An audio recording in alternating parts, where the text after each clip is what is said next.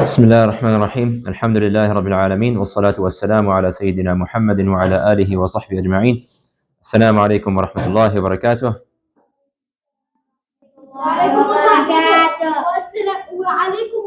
Relax, okay, it's not a big deal, but just say وعليكم السلام خلاص. Okay, جزاك الله خير. Just a quick reminder, especially the boys look like they have a lot of energy today. Those of you who are sitting in the front, I don't want any problems, okay? That means no talking, no moving around. The second you leave your seat in the front, you're not allowed to come back to it, okay? Deal? Okay. Jazakumullah khair. Okay, let's jump right into it. There's a lot to cover for today. We'll start off with the questions, the homework questions which I had left you with last week. So last week we spoke in Aqeedah, if you remember, about the authentic Sunnah. So the question here is, can a Muslim believe in the Quran without believing in the Sunnah? And you got to explain your answer.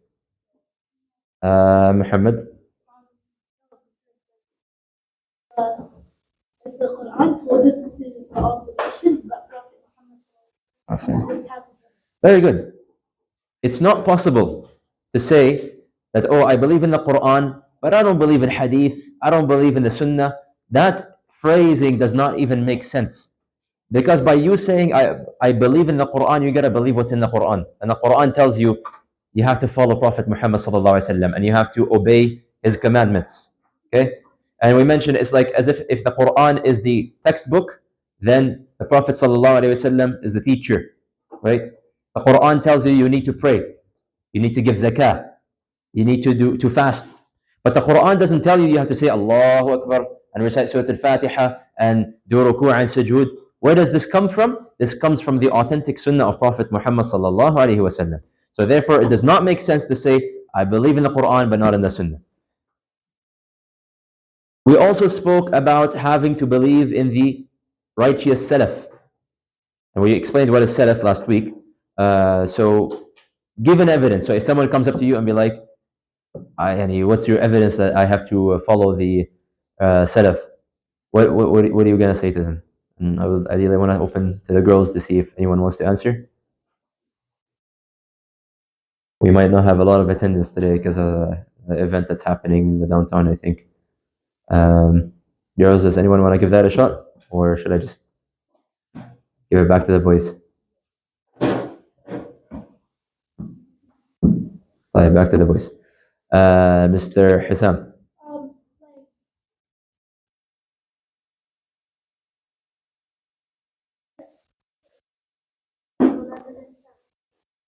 Yeah, now you're reading the question? No, pick someone else. Yes.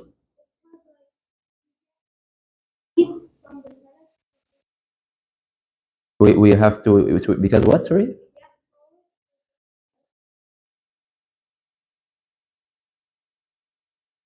Okay, you said a few correct things. So the Prophet Muhammad sallallahu alaihi wasallam, he told us the best generation ever is my generation. Who is the generation of Prophet Muhammad sallallahu alaihi wasallam? The Sahaba.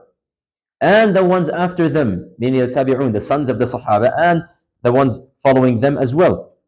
So if you recall, we defined Salaf. What did we say Salaf was again?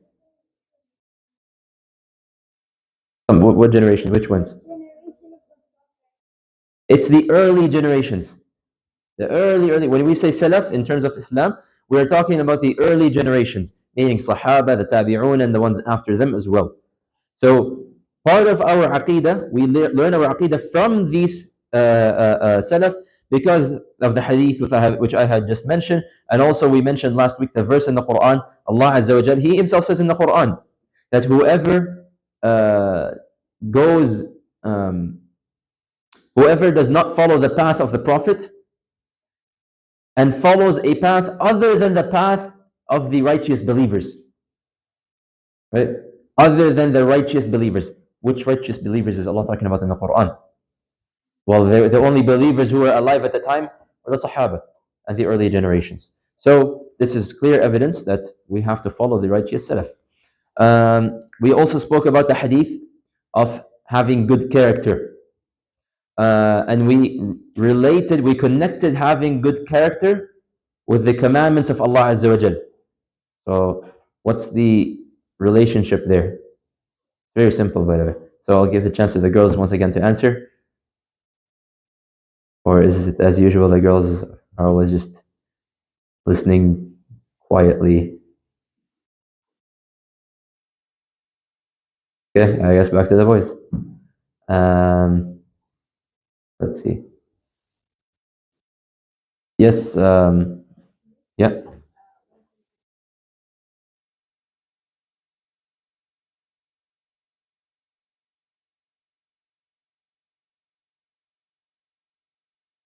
Do you know what that means? You're correct, by the way. You're correct.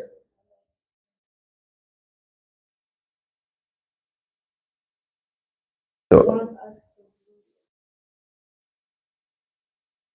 so Allah is commanding you. Very good. So so you quoted the verse in the Quran, which we shared last week, that Allah Azza wa Jal is commanding us to have righteousness and justice whenever we do any actions. And to conclude a long story short, wrap up a long story short, we explained this in a lot of detail last week. By the way, if you missed the earlier lectures, once again, just a reminder, all the lectures are being recorded.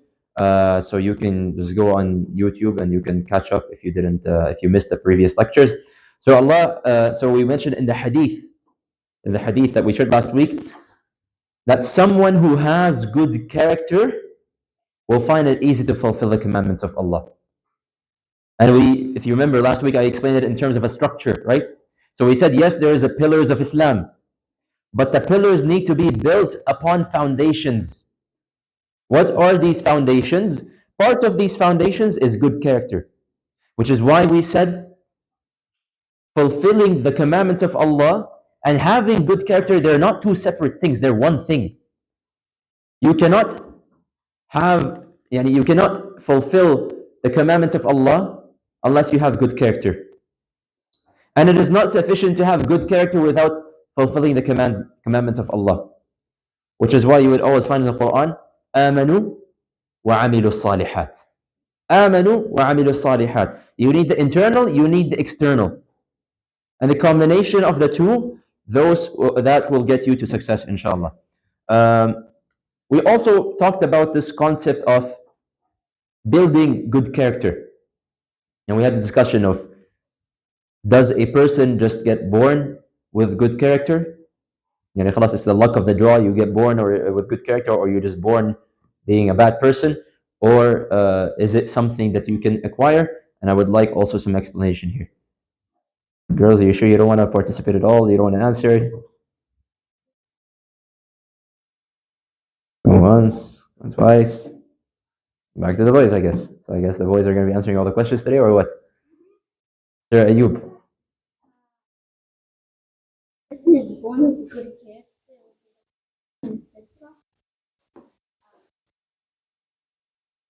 Like, So you cannot acquire it, or what?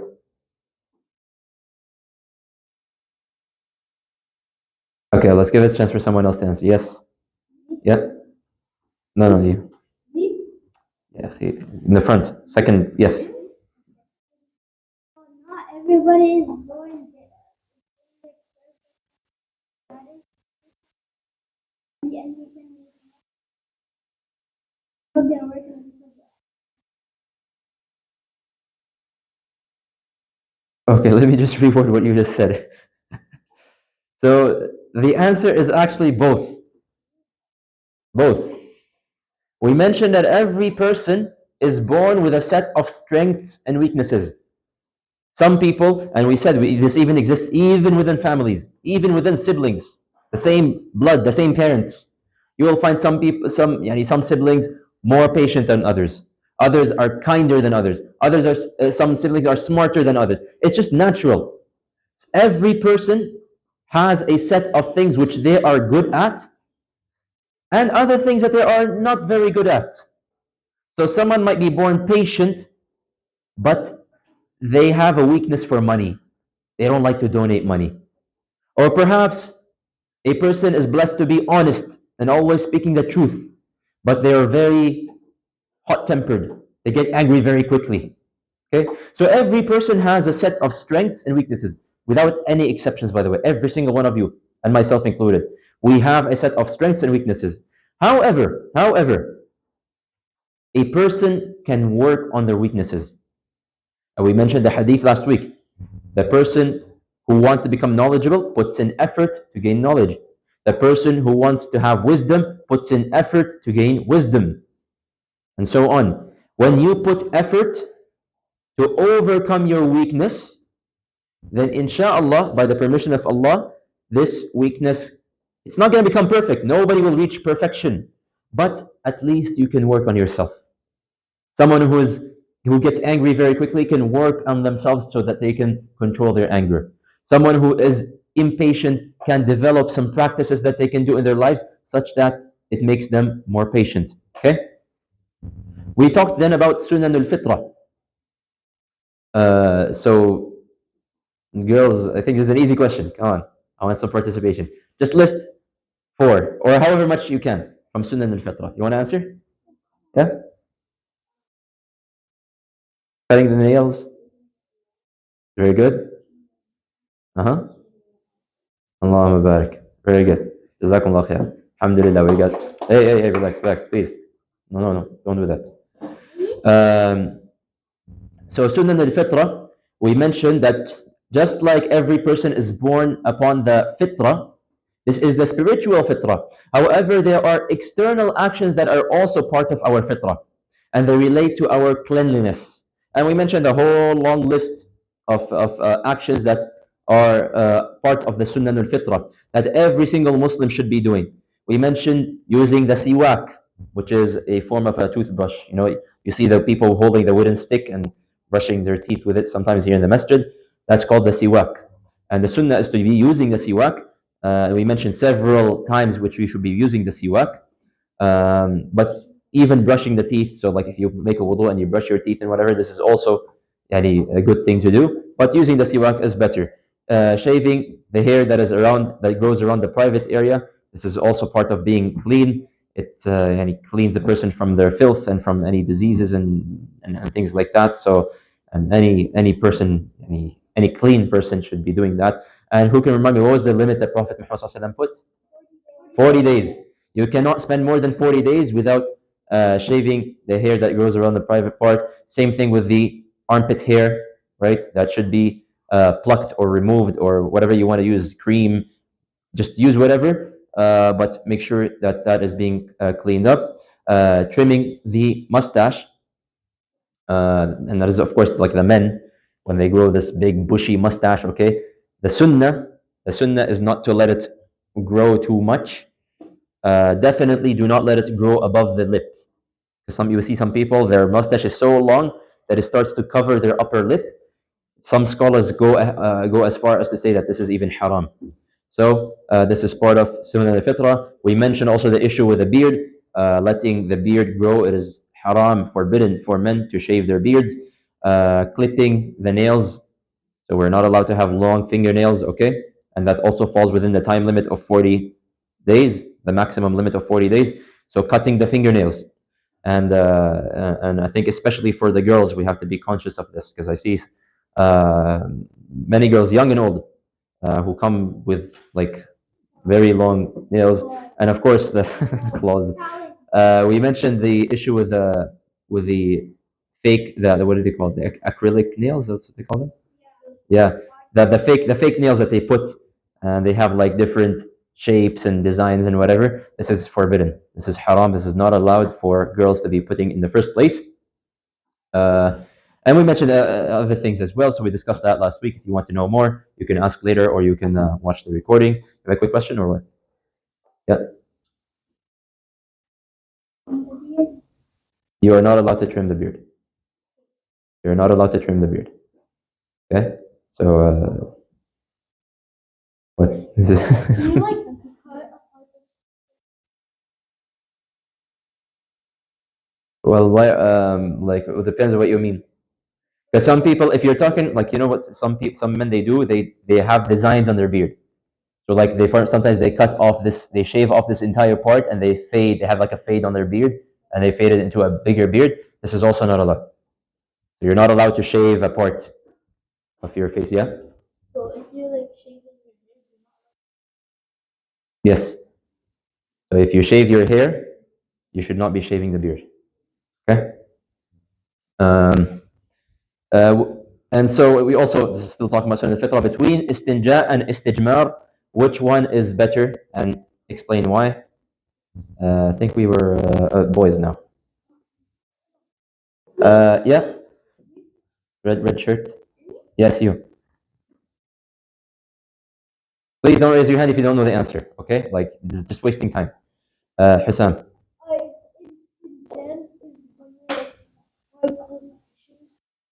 Or I mean, water, use water. Okay, so which one is better, to use water or no? Water. Very good. Istinja is better. And if you remember, istinja is to wash and to clean oneself from the washroom using water. This is always cleaner. Always take it as a rule. Whenever there's water, water is the cleanest thing that you can always use. Okay? So it is part of Sunnah al-Fitra to use water to clean oneself. Of course, we mentioned in the previous lecture, if water is not available, then you can, use tissues to clean yourself, even if there's no water, and there's nothing wrong with this. In the seerah, we spoke about the marriage of Khadijah to Prophet Muhammad sallallahu alaihi wasallam. What caused Khadijah to want to marry Prophet sallallahu alaihi wasallam? Girls, you want to take a shot at this? Oh no. Back to the boys. Who didn't answer? I want to answer again. You try. You want to take a shot again? Please have an answer ready. Don't like start. Discovered that you were So okay. So he was truthful. His good character. He was honest. He's trustworthy. Remember, she hired him for a business, for her to run her business, to take her money and go and trade. And he returned back with way more profit, at least double the amount that she would normally make. So this opened up a desire in Khadijah to marry Prophet Muhammad sallallahu alaihi wasallam. We also talked about the wives of Prophet Muhammad sallallahu alaihi wasallam. How many wives did he have, and name 4 of them? Girls, come on, I want you to answer this one. Please, don't make noises. Yes, in the back. Uh-huh. Very good. Very good. I would recommend you try to memorize their full names. Like, don't just memorize the first name. If you have the first name, alhamdulillah, that's good. But try to get the full name because some of them have the same first names. Boys, what's going on? So some of the boys, they have the same first names, like Zainab, for example. There's Zainab binti Khuzayma, there's Zainab binti Jahsh, right? But he married a total of 11 wives. We spoke about the issue of the wives a little bit last week. The first of them was Khadija. Then after Khadija binti Khuwaylid radiallahu anha, after she passed away, then he married wives along throughout his life. He didn't marry all of them at once, right? He married different wives at different times. So he married Aisha binti Abu Bakr radiallahu anha. He married Hafsa binti Umar radiallahu anha, Zainab binti Khuzayma, Ummi Salama, Ummi Habiba, Safiya binti Huyay, all of these, and then so on. So he married 11, total of 11 wives. Any questions before we move on? Okay. So last week in Aqeedah, so please, if you're just, that's very distracting, the noise, okay? So just either leave it or eat it, okay? So last week we spoke in the Aqeedah, the sources of Aqeedah. In fact, not just last week, the last couple lectures. We spoke about the first source. What was the first source we mentioned? Hadith. Quran. The first source of Aqeedah we mentioned was Quran. What was the second source? The Hadith. The third source? Oh my, these guys are. What's the third one? The righteous generation, the Salaf. Okay? Those of you who said Hadith and Sunnah, I don't think you understand what Sunnah means. I think you need to review the previous lectures. Okay? So anyways, one more additional point that I want to mention about this, about these sources of Aqeedah. And that is also kind of relevant, especially in today's times as well. And that is, the question is it allowed for me to use logic? Like, can I just use my own brain to think and contemplate and come up with my own conclusion of what is right and what is wrong? That's what we're going to explain right now. So please stay quiet. Okay? So, the answer is actually yes and no. The answer is yes and no. Why do I say this? Yes, because someone who truly and genuinely uses their logic, uses their brain, thinks and ponders and contemplates, will, by the permission of Allah, reach the conclusion that there is indeed a creator, that there has to be a creator. When you logically, even if you don't know anything about Islam, and you don't know what is right and what is wrong, but just simply by observing the creation that is around you. Like when you go and take a walk in the park, and you get to see the river is flowing, the movement of the clouds, the birds are flying, the grass is growing, there's different flowers, different colors. Uh, um, you just get to see everything flowing around you, and you get to see this amazing creation around you. Someone who is genuinely contemplating and thinking about these things will eventually raise the question, how did everything come to be? How did, who put these trees in this place, in here? Who created the tree? Who made the tree to be the shape that it is? Who made the river? Who put the river here in the first place? How are these clouds moving? Or when you think about the movement of the sun and the moon, how is the sun rising? How is it that the moon and the sun never meet? As soon as the sun sets, the moon comes out, the sky goes from bright blue, and then it slowly fades away to darkness, and then slowly fades away, and then during this, right before sunrise, it has this beautiful red and orange color, and then the sun starts rising out. So how is everything moving? How are all the planets in the solar system and in the universe moving, yet none of them are crashing into Earth? Who is managing all of this movement? Or when we think about our own creation, and we think, well, this, for example, this baby who is in the womb of his mother, he's not eating, he's not drinking, and he's staying there for 9 months. How is he surviving? How is he getting the nourishment that he needs to? How is this mother, all of a sudden, just because she gave birth, all of a sudden she's able to breastfeed this baby, and the baby is able to drink milk from his mother? How is this possible? How does this happen? Who is, for my own body parts, who is beating my own heart? My heart beats by itself. I'm not beating my heart. What is causing my heart to keep beating? The food that I eat. What's causing my food to get digested? I only get to enjoy, I taste the food, mashallah, the biryani, the shawarma, I enjoy the taste, and then I swallow it and I don't need to worry about anything else. My body does everything. Well, who is managing my body? So, this is what I'm saying. Someone who uses their brain to think and contemplate and ponder will eventually raise the question, what is causing all of this? Who is managing all of this? A person who is genuinely looking for an answer will reach the conclusion that there has to be a creator. There has to be some sort of higher power that has created and designed all of this. And this is exactly what we're going to discuss in the seerah today as well. The contemplation of even Prophet Muhammad ﷺ in the cave of Hira. That's exactly what he used to do. Just think about the creation.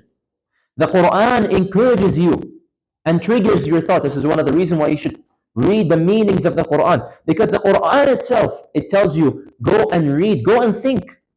When Allah Azza wa Jal, in surahs that many of us know, أَلَمْ نَجْعَلِ الْأَرْضَ مِهَادًا وَالْجِبَالَ أَوْتَادًا وَخَلَقْنَاكُمْ أَزْوَاجًا. What do these verses mean? Allah is telling you, didn't you think, don't you see? How did we lay out the earth flat? How did we put the mountains? How did we create you as male and female? Allah is getting you to think so that you can have firm conviction that there is a creator. So this is the positive aspect of logic. So this is why we say logic will get you to the conclusion that there is a creator. However, that is the limit of logic. Okay? That's as far as logic will get you to. You will reach the conclusion, okay, there's a creator. Okay, but who's the creator? Logic is not going to teach you that my creator's name is Allah Azza wa Jal. Logic is not going to teach you that there are creations called the angels. Logic is not going to teach you that there is a day of judgment. You need guidance to teach you these things, to teach you details that you do not know. And even Prophet Muhammad ﷺ, even though he was the best human, even though he was the best human being, Allah Azza wa Jalla says in the Quran, وَوَجَدَكَ ضَالًّا فَهَدَى. We found you astray. We found you lost. Then we guided you. But he's the best human being. How come he was lost and misguided? Well, there was no guidance. There was no Quran at the time. So even though he was the best human being, he had the best character, and he probably knew, and he did know that the idol worshipping of his people is wrong, but he doesn't know what is right and what is wrong. He doesn't know the correct path. Allah Azza wa Jal had to teach him. Allah also says in the Quran, مَا كُنْتَ تَدْرِي مَا الْكِتَابُ وَلَا الْإِيمَانُ. You did not used to know what is the revelation. You didn't know what the Quran is. You didn't even know what Iman was. What faith in Allah means. We had to teach you. After we taught you, then you became guided. Okay? So this is why logic is good, but it's not the answer. It's good, but you need further guidance to get you to the truth. That's one point. The second point is logic is also subject to being incorrect. We are human beings at the end of the day. People have different opinions. People have different thoughts. Not every single human being who develops a thought is a correct thought. Sometimes our own logic falls short. Or sometimes our own brains, we fail to understand a certain aspect of Allah. And that's expected because Allah is beyond the capacity of our own minds. So there is a limitation when it comes to our understanding and to our logic. Like, for example, previously we spoke that when you enter the washroom, you have to enter with your left foot, and then you have to exit with your right foot. Okay, but logically speaking, what does it matter to me if I enter with the right foot or the left foot? Logically speaking, what does it matter to me if I eat with my right hand or the left hand? Logically speaking, why, Allah is ordering me, I have to wash my face in wudu. Okay, why can't I wipe my face? Like, both actions are getting my face wet. What's the point if I do it once or twice or three times? Why do I have to do it three times? There are certain aspects which logic will not give you answers to. So therefore, as Muslims, when it comes to logic versus Quran and Sunnah, if logic agrees with Quran and Sunnah, alhamdulillah, that's the best thing. That means I have the correct logic. But if I find something in the Quran and the Sunnah which I do not understand and I don't get the logic behind it, make sure you understand that the priority is given to the Quran and Sunnah. Because the Quran and Sunnah cannot possibly be wrong. But humans, it's possible that they can be wrong. So, the reason I am mentioning this is because today we have been taught in our schools to question everything. Anything you don't understand, there has to be a logical explanation behind it. Everything you read, there has to be a logical explanation behind it. Realize that there are some things in the Quran and some things in our tradition, they don't have any logical explanation behind them. It's simply a test from Allah. Allah is saying, are you going to obey or not? Not everything needs a logical explanation. Why is Dhuhr prayer 4 rak'ahs and not 2 rak'ahs? Because Allah Azza wa Jalla said so. That's the answer. There is no logical reason behind it.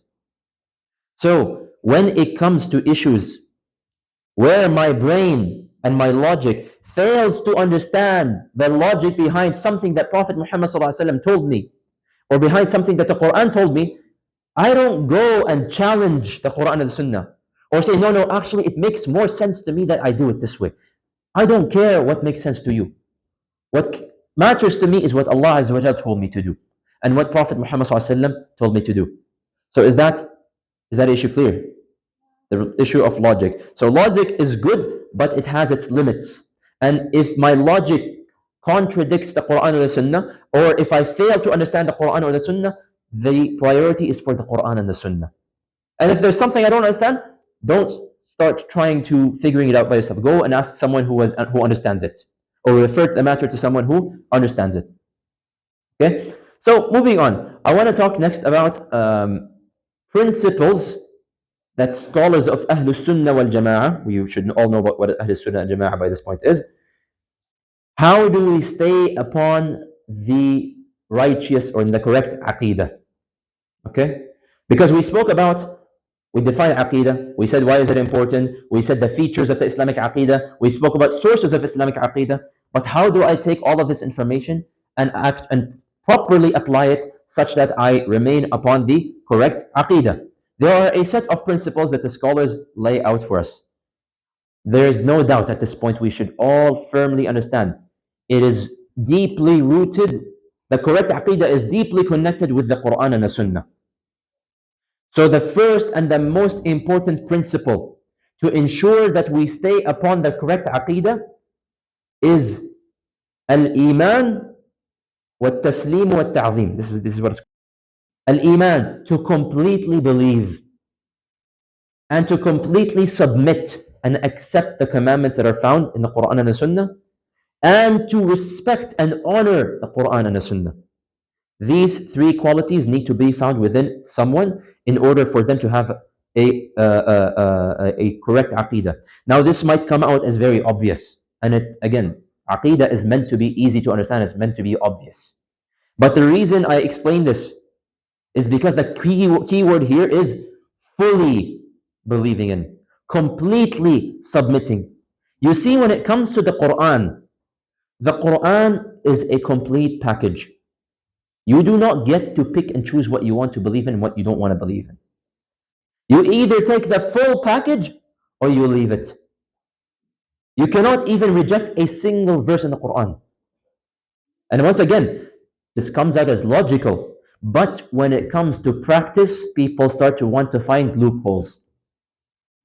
So, for example, someone who doesn't want to fast Ramadan, you cannot say, like fasting in Ramadan is only mentioned once in the Quran. The word Ramadan is mentioned once only in the Quran.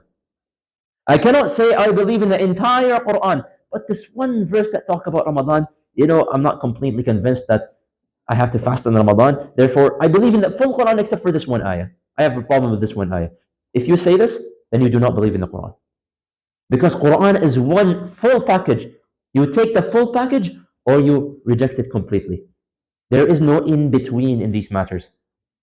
And similarly, and this is always an issue when it comes to as well, for the girls, for example, the verse that speaks about hijab and the obligation of hijab. It is mentioned very clearly. There is no gray. There is no black.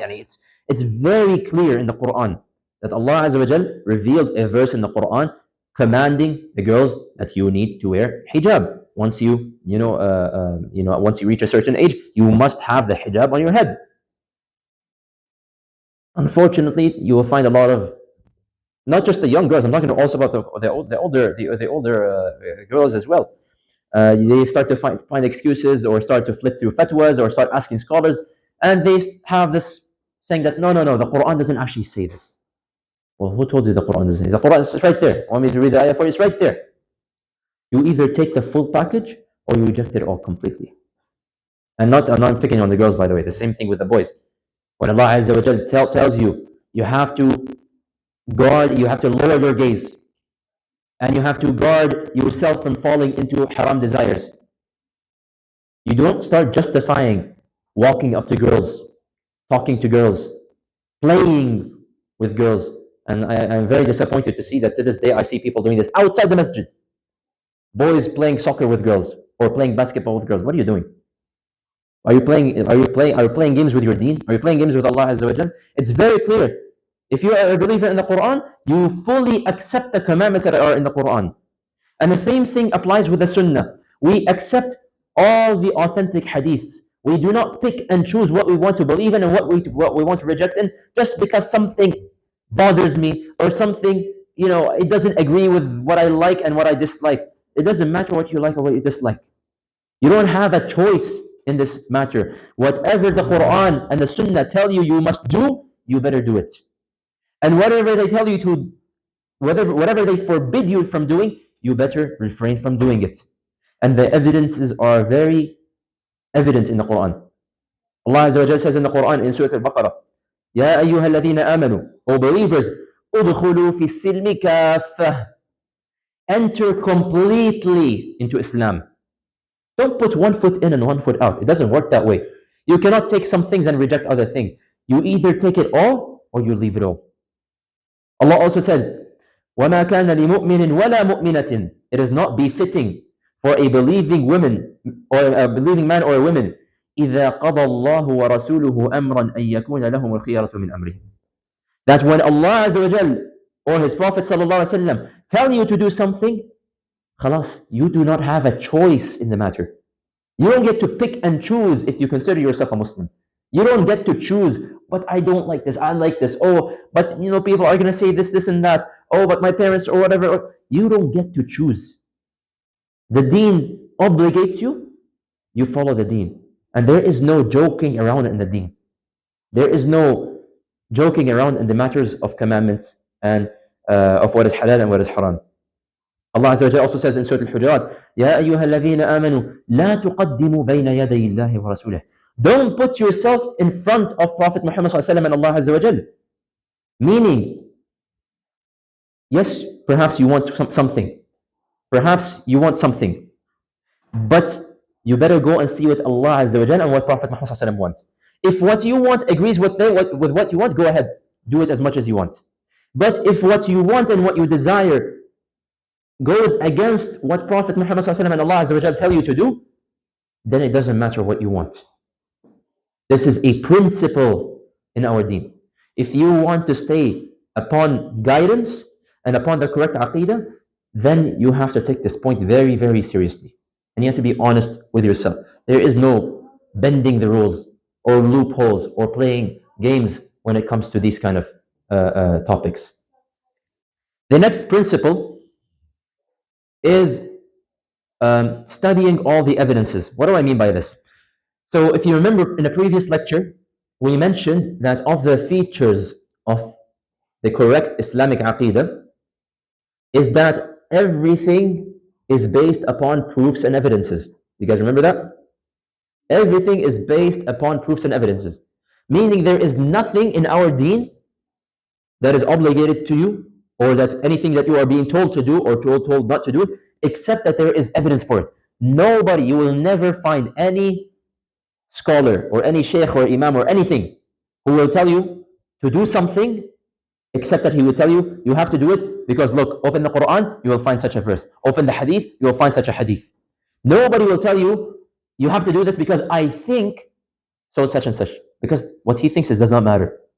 It's what Allah Azza wa Jalla and what Prophet Muhammad say. That's it. So everything is based upon evidences. We understand this. However, even when it comes to evidences, sometimes a particular issue has more than one verse in the Quran talking about it, and has more than one hadith addressing the issue. You have to look at all the verses and all the hadiths when it comes to addressing that issue. Meaning, if you're looking, so let me give you an example. You want to learn something about your Islam. You want to find something about the Sunnah. What's the correct way to do something? I will give an example. For example, drinking water. What is the most correct way for me to drink water? Should I do it standing up or sitting down? Who knows? Sitting down. But if I look at the evidences, if I go and look at all the verses in the Quran, there are no verses in the Quran that talk about this. If I go and look through all the hadiths, I will find plenty of hadiths. And interestingly, some of them mention that Prophet Muhammad ﷺ was seen standing up.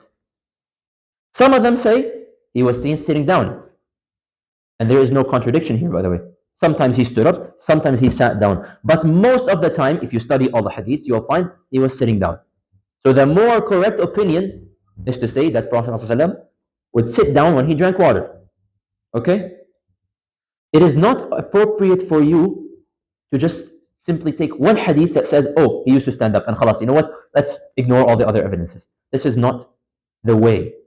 Okay? This is not how you address a matter. And I know this is a very small example. I'll give you an even, I'll give you a more significant example. This one actually might shock you. What is the ruling on drinking alcohol? Haram. Quran is very clear. Alcohol is haram. All scholars, without any disagreement, they say alcohol is haram. What about alcohol that is made from dates? It's still like rotten meat? It's alcohol. Is it halal or haram? Haram. It's haram, right? And you guys are correct, by the way. It's not a trick question. It's haram.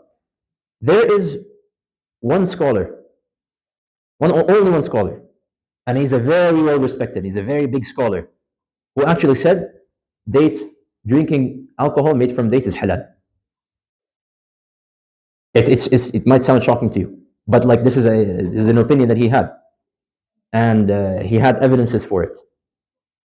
But you have one guy saying this, and 100 million thousand scholars who say that it is haram.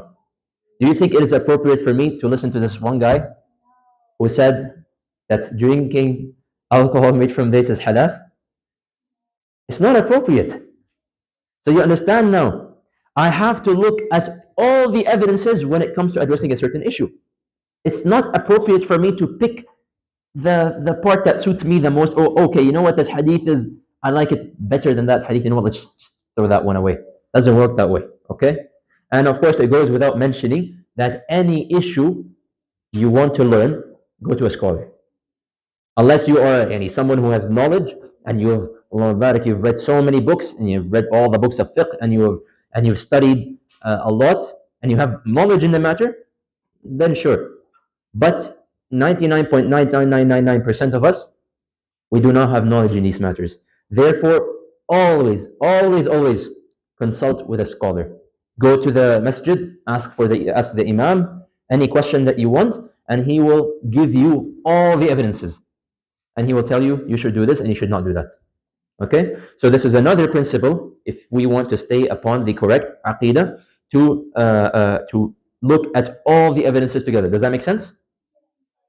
Okay. And just to make it completely clear, just to avoid complete confusion, alcohol is haram, okay? Completely haram, any type of alcohol. Do not go home today and be like, oh, you know what, Sheikh said it is halal.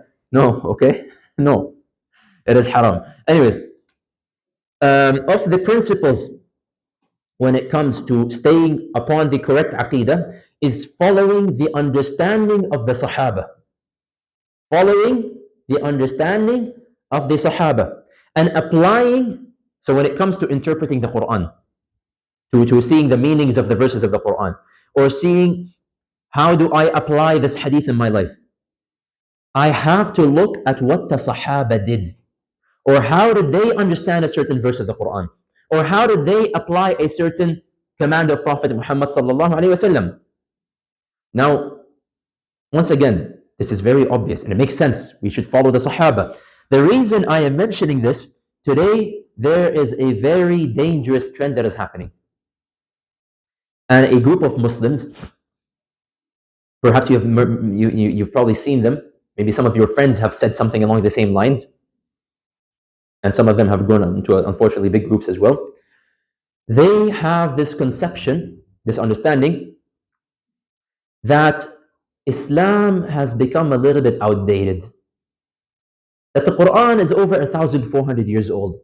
Like, look, bro, it's 2024. We got technology, we got the internet, we got science, we got this, we got that.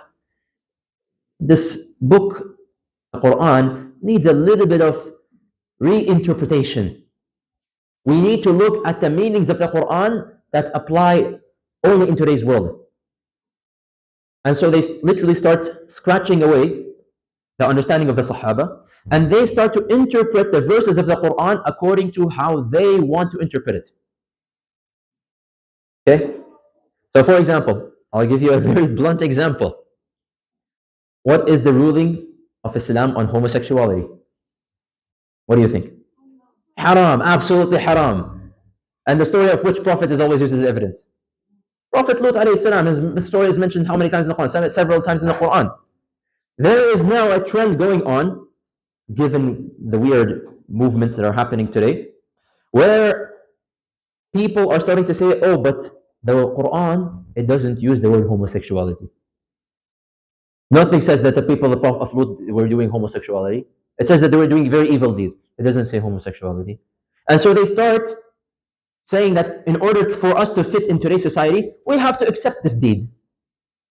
And they start to reinterpret the story of Prophet Lut and say, oh, no, no, no, they did evil things, but it doesn't say homosexuality. What gives you the authority to go and read through the Quran and to reinterpret the Quran according to how you want to understand it? You have no right to do so. And anyone who does this is upon misguidance. He's misguided completely. We only take the understanding of our Quran and Hadith from the understanding of the Sahaba. We don't need any changes in our deen. We don't need any reinterpretation of our deen. Our deen is perfect as it is. Allah Azza wa Jalla says in the Quran, "Al-yawma akmaltu lakum deenakum." I have completed your deen. I've perfected it for you. It's already perfect. It's perfect for any day or any time. Whether you are living in a thousand years ago, whether you're living in 2024, or whether you're living in the year 3053. It doesn't matter. Islam and Quran is applicable in every day and every time. It will never need anyone to go and reinterpret any of the verses or any of the hadith. And anyone who says, oh no, we need to interpret it, this person is essentially saying, I know better than Prophet Muhammad sallallahu alaihi wasallam. I know better than Sahaba. And I know that they were wrong and what I have is correct. So let me scratch what they said and let me put down what I think. This is, again, I am saying this today. It sounds obvious, but it's happening today. It's happening around us. You will find people, and I think they call themselves different names. They call themselves the progressive Muslims, or the modernist Muslims, or the liberalist Muslims. Whatever they have different, they go with different names. But you have to be careful of them, because these are the kinds of thoughts that they are introducing in our Aqeedah, and they are completely wrong and misguided. And upon and I was giving an example to the boys the other day as well. Believe it or not, just to kind of give you an idea of how bad this situation is. As we speak, in the US, I forget where exactly, there is actually a big masjid currently, and that masjid has a female imam. A female imam. And they say, it's 2024, women and men, equal rights, this and that. How come Islam is giving the men and not giving the women? So they put a female imam. Like literally, the female imam leading the salahs, female is giving khutbahs, female is doing. So it's very, so you might think that this is like obvious, but we are living in a time where this is actually becoming a big issue. So no matter what anyone tells you, you always cling to the teachings of the Sahaba and the teachings of Prophet Muhammad sallallahu alaihi wasallam. This is very, very important. And evidences are in the Quran. Allah Azza wa Jalla, He says in the Quran in Surah Al-Baqarah, فَإِنْ آمَنُوا بِمِثْلِ مَا آمَنْتُمْ بِهِ فَقَدْ اهْتَدَوْا. If they believe, referring to the Sahaba, referring to a different group, but comparing them to the Sahaba. فَإِنْ آمَنُوا, if this group believes in the same way that you guys believe in, the Sahaba and Prophet Muhammad sallallahu alaihi wasallam, then they are guided. But if they turn away and they start following something else, then they are opposed to the truth, meaning they are misguided. And Allah also says in the Quran, of the beginnings of Surah Al-Baqarah, وَإِذَا قِيلَ لَهُمْ آمِنُوا كَمَا آمَنَ النَّاسِ, when they are told, believe in Allah in the same way that the believers do, that the Sahaba do, believe in the same way they do, they will respond and say, will we believe the same way that the fools believe? أَنُؤْمِنُ كَمَا آمَنَ السُّفَهَاءُ أَمَا إِنَّهُمْ هُمُ السُّفَهَاءُ. They are the ones who are actually fools, but they do not know this. And Allah says in the Quran as well, فَبِمَا نَقْضِهِمْ مِيثَاقَهُمْ لَعَنَّاهُمْ وَجَعَلْنَا قُلُوبَهُمْ قَاسِيَةً يُحَرِّفُونَ الْكَلِمَ عَنْ مَوَاضِعِهِ. That because they broke their covenant, because they went against the teachings of their religion, Allah cursed them. This is referring to the Banu Israel. And Allah hardened their hearts. What caused this is because they took the words of their texts, of their scriptures, and they changed it according to their own whims and desires. So we have to be very careful from not falling in the same issues that these people did, and what the people today as well are doing. Clear? Last point that we'll mention is referring to the Arabic language. And this might come out as strange to some of us. One of the principles of developing a deep understanding of the Islamic Aqeedah is to refer to the Arabic language. And it's not because so understand this. The Quran is in which language? Arabic. The hadith, all the hadiths in the world, which language are they in? In Arabic.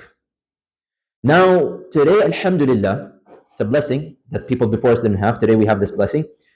Almost all of these things have been translated to all languages. You want English, you want Urdu, you want Chinese, Japanese, whatever you want. It's been translated in all languages. And alhamdulillah, it's very good. It helps us to understand the Quran.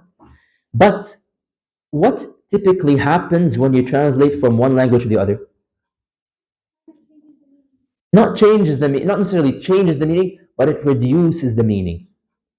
It loses a bunch of a lot of key points are lost in the translations. And you can try this today. Like if you speak Urdu, for example, go write on Google Translate, right? Go write an Urdu sentence and translate it to English and see what Google Translate is going to give you. It's going to change some things. It's going to change some words. You were intending to say something that had a lot of meaning, but then the translation reduced that meaning for you. So this is what I mean by referring to the Arabic language. If you want to have a deep and a clear understanding of the intended meanings of the Quran, then we have to refer to the Arabic language. Even if you don't speak the Arabic language, even if you don't understand the Arabic language, at least go to someone who understands the Arabic language such that you may get the intended meanings of the Quran and the Sunnah. And of course, the most ideal thing, and this is why it is important for us, honestly, that we should all put in some effort to learn al-Lugha al-Arabiyyah, to learn the Arabic language. And by the way, just so that we don't have a misconception, those of us who are born from the Arab tradition, yes, you may speak Arabic at home, but that does not mean that you know Lugha Arabiyyah. Just because you speak Arabic and just because you know how to read some Arabic does not mean that all of a sudden now you understand the intended meanings of the Quran and the Hadith. You too, you need to go and study Arabic. So both Arabs and non-Arabs, we all need to go and study if we want to deepen our understanding in the Quran and the Sunnah, or at the very least, go to someone who has knowledge of the Arabic language, the Lugha Arabiyyah, so that they can relay to you the intended meanings of the text that you are reading. Make sense? Okay. Any questions? Any questions about Aqeedah before we move on? Everybody understands everything. You guys remember the points? Okay. No questions? Should I move on? Okay. Last week I also shared with you this hadith. The hadith عن عبد الله بن عباس رضي الله عنه قال رسول الله صلى الله عليه وسلم لمعاذ بن جبل حين بعثه إلى اليمن, that Abdullah ibn Abbas رضي الله عنه, he narrates that Prophet Muhammad صلى الله عليه وسلم sent a Sahabi by the name of Mu'adh ibn Jabal to Yemen, and he told him, إنك ستأتي قوما أهل كتاب, you will go to people of the book. You are going to go to a group of people who are upon the people of the book, who are either Christians or Jewish. Okay, so these are the groups that you're going to go to. فإذا جئتهم فادعهم إلى أن يشهدوا أن لا إله إلا الله وأن محمدا رسول الله. So when you get to these people, invite them to testify that there is no God except for Allah and that Muhammad صلى الله عليه وسلم is the messenger of Allah. فإنهم أطاعوا لك بذلك فأخبرهم أن الله قد فرض عليهم 5 صلوات في كل يوم وليلة. If they accept لا إله إلا الله محمد رسول الله, then tell them that Allah has commanded upon them 5 prayers that they have to pray during the night and during the day. فإنهم أطاعوا لك بذلك فأخبرهم أن الله قد فرض عليهم صدقة تؤخذ من أغنيائهم فترد على فقرائهم. So if they accept the prayers, then tell them that Allah has obligated zakah upon them to be taken from the rich and to be given to the poor. فإنهم أطاعوا لك بذلك فإياك وكرائم أموالهم. And if they agree to the commandment of zakah, then when you go and take their zakah, do not take the best of their properties. واتق دعوة المظلوم فإنه ليس بينه وبين الله حجاب. And beware of the dua of the person who is oppressed, because there is no barrier between it and Allah Azza wa Jal. So before we go into details about some of the points around the hadith, does anyone want to volunteer and explain, read out loud what they researched about the hadith and what they want to share with us? Are you raising your hand or are you stretching? Raising your hand or stretching? تفضل.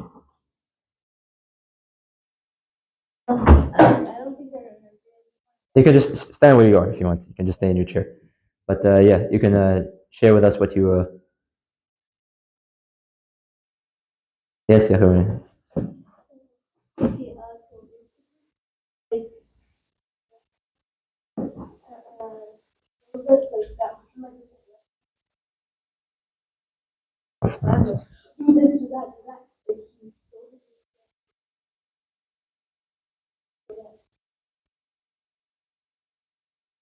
جزاك الله خير. جزاك الله خير. Just as a side note, don't say don't just say Muhammad, okay? Say Prophet Muhammad sallallahu alaihi wasallam, Rasulullah sallallahu alaihi wasallam, okay? So address him by his title as a form of respect towards him. Anyways, so you did mention something important which we will discuss. Okay, so please take your seat. خلاص, جزاك الله خير. So Abdullah bin Abbas, I believe we talked about him before. We spoke about Abdullah bin Abbas before, right? I'm looking for a yes or no. We spoke about Abdullah bin Abbas before, right? Huh? We spoke about Anas bin Malik. Spoke about Abu Hurairah, right? We spoke about poet mean Habibi. No, we didn't speak about Abdullah bin Abbas, subhanallah. I thought we did. Inshallah, we'll discuss him inshallah maybe next week or the week after. We spoke about, I got confused between him and Abdullah bin Umar radiallahu anhu. So we spoke about Abdullah bin Umar, but not about Abdullah bin Abbas. So we'll talk about Abdullah bin Abbas inshallah maybe another week inshallah, because I had thought that we did. Anyways, so the hadith, it begins by telling us that Prophet Muhammad sallallahu alayhi wasallam, he sent Mu'adh ibn Jabal radiallahu anhu. So Mu'adh ibn Jabal is one of the famous Ansar. He's a very big Sahabi. He was one of the most knowledgeable people. Prophet Muhammad sallallahu alayhi wasallam would say about Mu'adh ibn Jabal that the most knowledgeable person in my ummah about what is halal and what is haram is Mu'adh ibn Jabal. So try and memorize his name. So he was sent to Yemen, and this happened after the conquest of Mecca. This happened in the 10th year of the Hijrah, so towards the end. He was sent to Yemen to act as a judge and to also give them da'wah, to invite them towards Islam. And so he was told, "O Mu'adh, you are going to Yemen. There are people of the book over there. So go and give them da'wah and go and judge between them." Now, of course, we understand when he says, go and judge between them. We already spoke about this last week. the judgment comes from the book of Allah and the sunnah of Prophet Muhammad sallallahu alaihi wasallam. And because Mu'adh ibn Jabal had a lot of knowledge in this field, he was an appropriate judge to be sent. So now before we go even into the context of praying and giving zakah, as the hadith mentions, there's a very important aspect of the hadith that we have to explain. And that is, we have to acknowledge the importance of giving da'wah, along with the etiquettes of giving da'wah. Boys, I'm not going to say it again. If I stop again to interrupt, to point you guys out, I'm going to kick you all out. Okay? Thank you. So before we even go on, so importance of da'wah. Because why would he tell Mu'adh ibn Jabal radiallahu anhu, you are going to people of the book? Why would he tell? Why wouldn't he just tell him, go to Yemen and just go give da'wah? Go to Yemen and go judge them. Why would he specify to him, you are about to go to people of the book? Because he is teaching him something very important here. Look, go research about them. Go figure out what kind of people they are. What is their culture like? What is their tradition like? What is their current religion? What are they like and what are they not like? This is a part of wisdom when it comes to giving da'wah and to inviting people to Islam. To know the person you're about to invite to Islam. What are you dealing with right now? Who is this group that you're about to invite to Islam? Are they young people, old people? Are they Christians? Are they Jewish? Are they pagans? Are they atheists? Are they Hindu? What are they? Who are you dealing with over here? Are they Canadians? Are they from overseas? Knowing the person that you are giving da'wah to is part of being wise. It is part of the wisdom of giving da'wah. So you don't just simply walk, and this is advice for us, that when you want to talk to Islam about Islam in front of someone who is not a Muslim, have some information about them, have some background information about them. Equip yourself with the appropriate knowledge and with the appropriate etiquettes. You don't just simply walk and barge into them, into this group, without knowing what is respectful and disrespectful to them. Because you might do something which is okay in Islam, but in certain cultures it might be disrespectful to do. Okay? Like, and I mentioned this, I very lightly mentioned this last week, for example, speaking about the siwak. Let's say for whatever reason, you want to give Justin Trudeau a da'wah, just now. Okay? You're not going to walk with a siwak in your mouth, a stick in your mouth, and you're brushing your teeth in front of Justin Trudeau, okay? It's part of Islam. It is sunnah, yes, but it is not wise. Because to him, you're disrespecting him. You're not giving him the adab that he expects you. So you act in accordance to the knowledge that you have of the person in front of you and what they consider as etiquettes and adab. Okay? And by the way, this is why, when it comes to giving da'wah, and this is more for the men, some people sometimes, when they see certain sheikhs go to a university to give a lecture or to go to a public event to give da'wah, and then the same sheikh who usually, mashallah, he wears a thawb in the masjid and he wears a hat and he wears everything, and then he shows up with jeans and pants to the university or to the school or to the public event, and you will find some Muslims who lack the wisdom. They will say, yeah, look at this sheikh, he is not following the sunnah, he is not dressing like the sunnah, he is not doing this, he's not doing that. But they fail to understand that there is wisdom behind such action. Because what's wrong with this? Because to the Canadian, for example, the Canadian society, they're going to be more comfortable accepting of what you are about to say if you are dressed the same way they are, as long as it's not haram, of course. So for the ladies, or even for the men, you're not allowed to expose your awrah. As long as you're wearing something that does not expose your awrah, and it's something that is culturally acceptable and Islamically acceptable as well, there is no issue with this. That is part of giving da'wah. And also, notice how Prophet Muhammad ﷺ is putting in effort to send Sahaba to different places which have not received the message of Islam. Or perhaps these areas they did receive the message of Islam, but they don't understand or they don't know fully what is Islam. And today, by the way, this is very, very, very relevant to us, especially as Muslims living here in Calgary, living here in the West. Why? Because, dear boys and girls, realize you are living in a country where the majority of people are non Muslims. They've heard Islam, they know what is Islam, just as a word, but they don't know the reality of Islam. Because where did they learn Islam from? They learned it from the news and they learned it from their own sources. And they don't understand the teachings of Islam. They literally, many of them, they have a misconception. When they think of Islam, they think of angry old men frowning, wearing the turban, and having long beards, and carrying swords in the middle of a desert, living in a tent, camels. This is what genuinely some people think about Islam. Like I'm talking about your friends at school. This is perhaps what some of them think about Islam. Your teachers at school, the people around you who are non-Muslims. Many of them have misconceptions about what is Islam. And I remember one time, a few years ago, my dad was telling me that his own boss at work was very shocked to find out that my dad was a Muslim.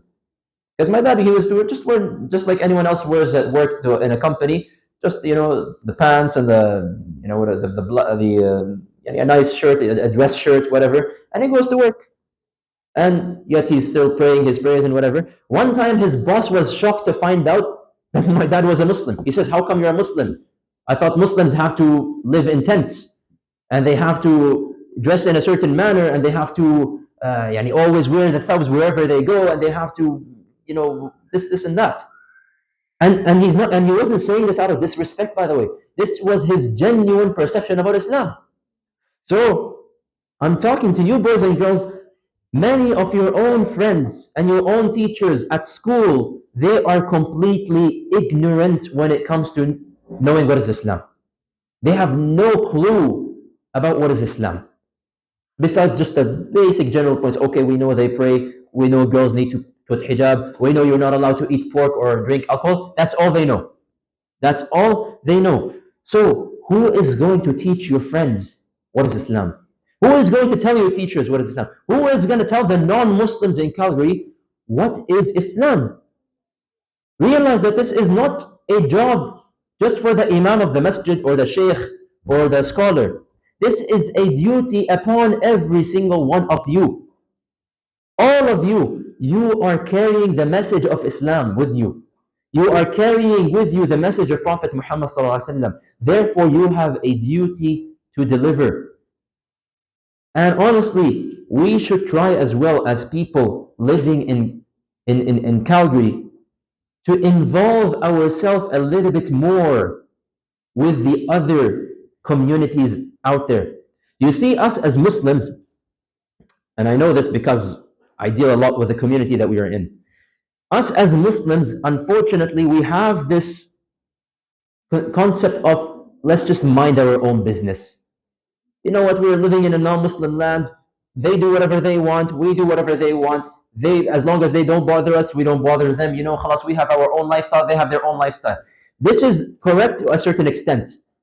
However, you are wasting a huge potential for da'wah if you do not involve yourself. Realize that you are living, yes, they are their own religion. We are our own religion. But you are sharing the same land. They are your neighbors. They are living in the same land with you. And you are living under the same law. You have the same rights and the same freedoms. And there are issues in the society that we live in that even non-Muslims speak about. An example for this, women's rights. An example, racism, social injustice.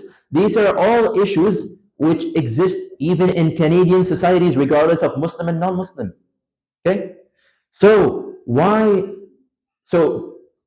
it is how do I say this? When the non-Muslims see that we are only standing up for Islamic causes, and we don't stand up for other causes like racism and social injustice, it almost puts a barrier in the middle. Whereas, imagine, think for a second, how powerful of a da'wah it would be if a hijabi lady was standing up publicly speaking against racism. She's not even mentioning Islam, but she's just saying that as Canadians, we do not agree with racism. Racism must end, and we should give justice to everyone, regardless if they're white or black or whatever. Okay? The fact that there is a Muslim lady dressed this Islamic way, speaking in an Islamic way, acting in an Islamic way, doing this will make the non-Muslims that much more open for when you go and approach them and tell them, my religion is Islam, and my religion believes in this, and that. So all of this comes under the importance of da'wah, and all of this is in one shape or form extracted from this hadith. Of the benefits that we also learn from the hadith, that there is a certain procedure when you come to inviting someone to Islam, or when it comes to preaching Islam and giving da'wah to people, okay? Because in the hadith, the first thing that Prophet Muhammad ﷺ told Mu'adh to teach, he says, go to them and tell them about La ilaha illallah Muhammadun Rasulullah. Because this is the whole core message of Islam. Boys and girls, can I please ask you to sit down? Take a seat. Don't just take a picnic in the middle of the hallway. This is the core message of Islam. To preach that there is La ilaha illallah. There is no God but Allah. And that Muhammad ﷺ is the messenger of Allah. And that all the other gods are false and invalid.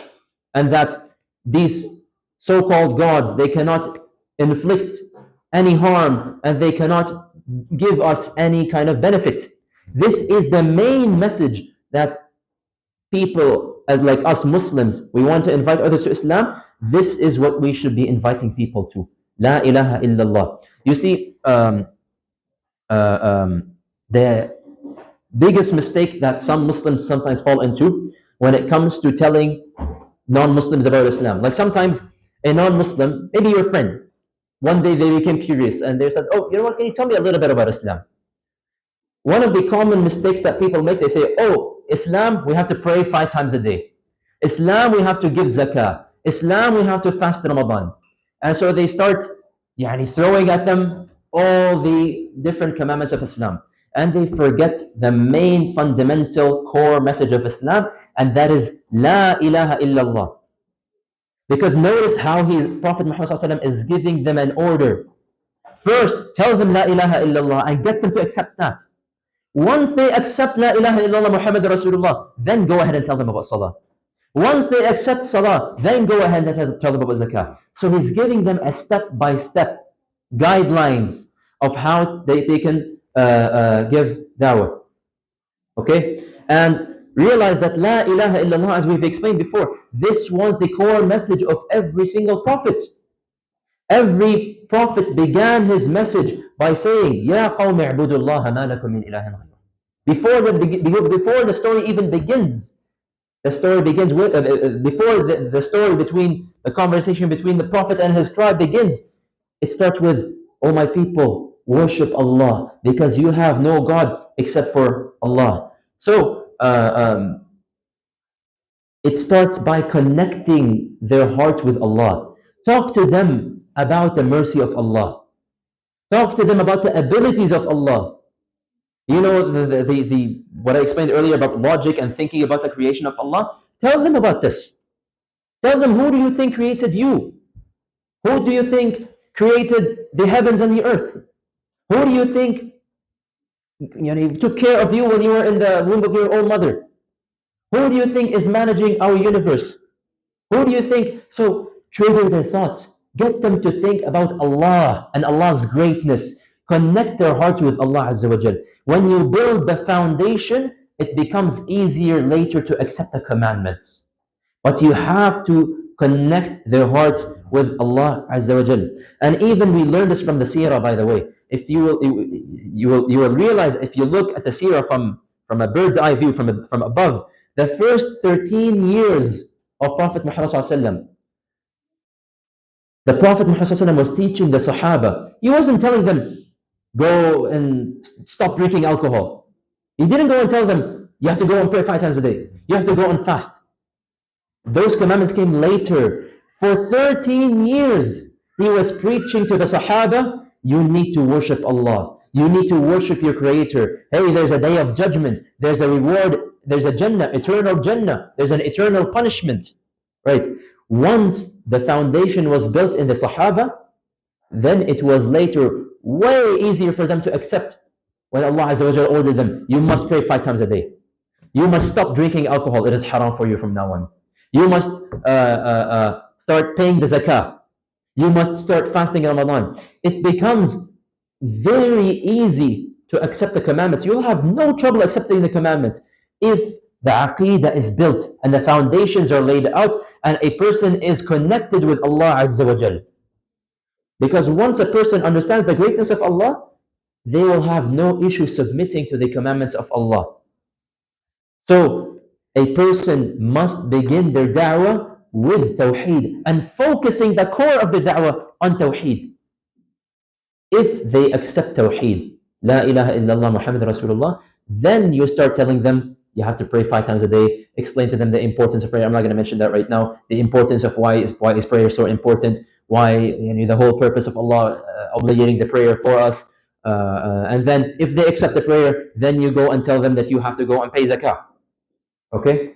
So I hope all of this is clear. So in terms of prayer, we're not going to discuss that right now. Inshallah, I'm going to save it because very soon in the fiqh unit, we're going to be talking about prayer.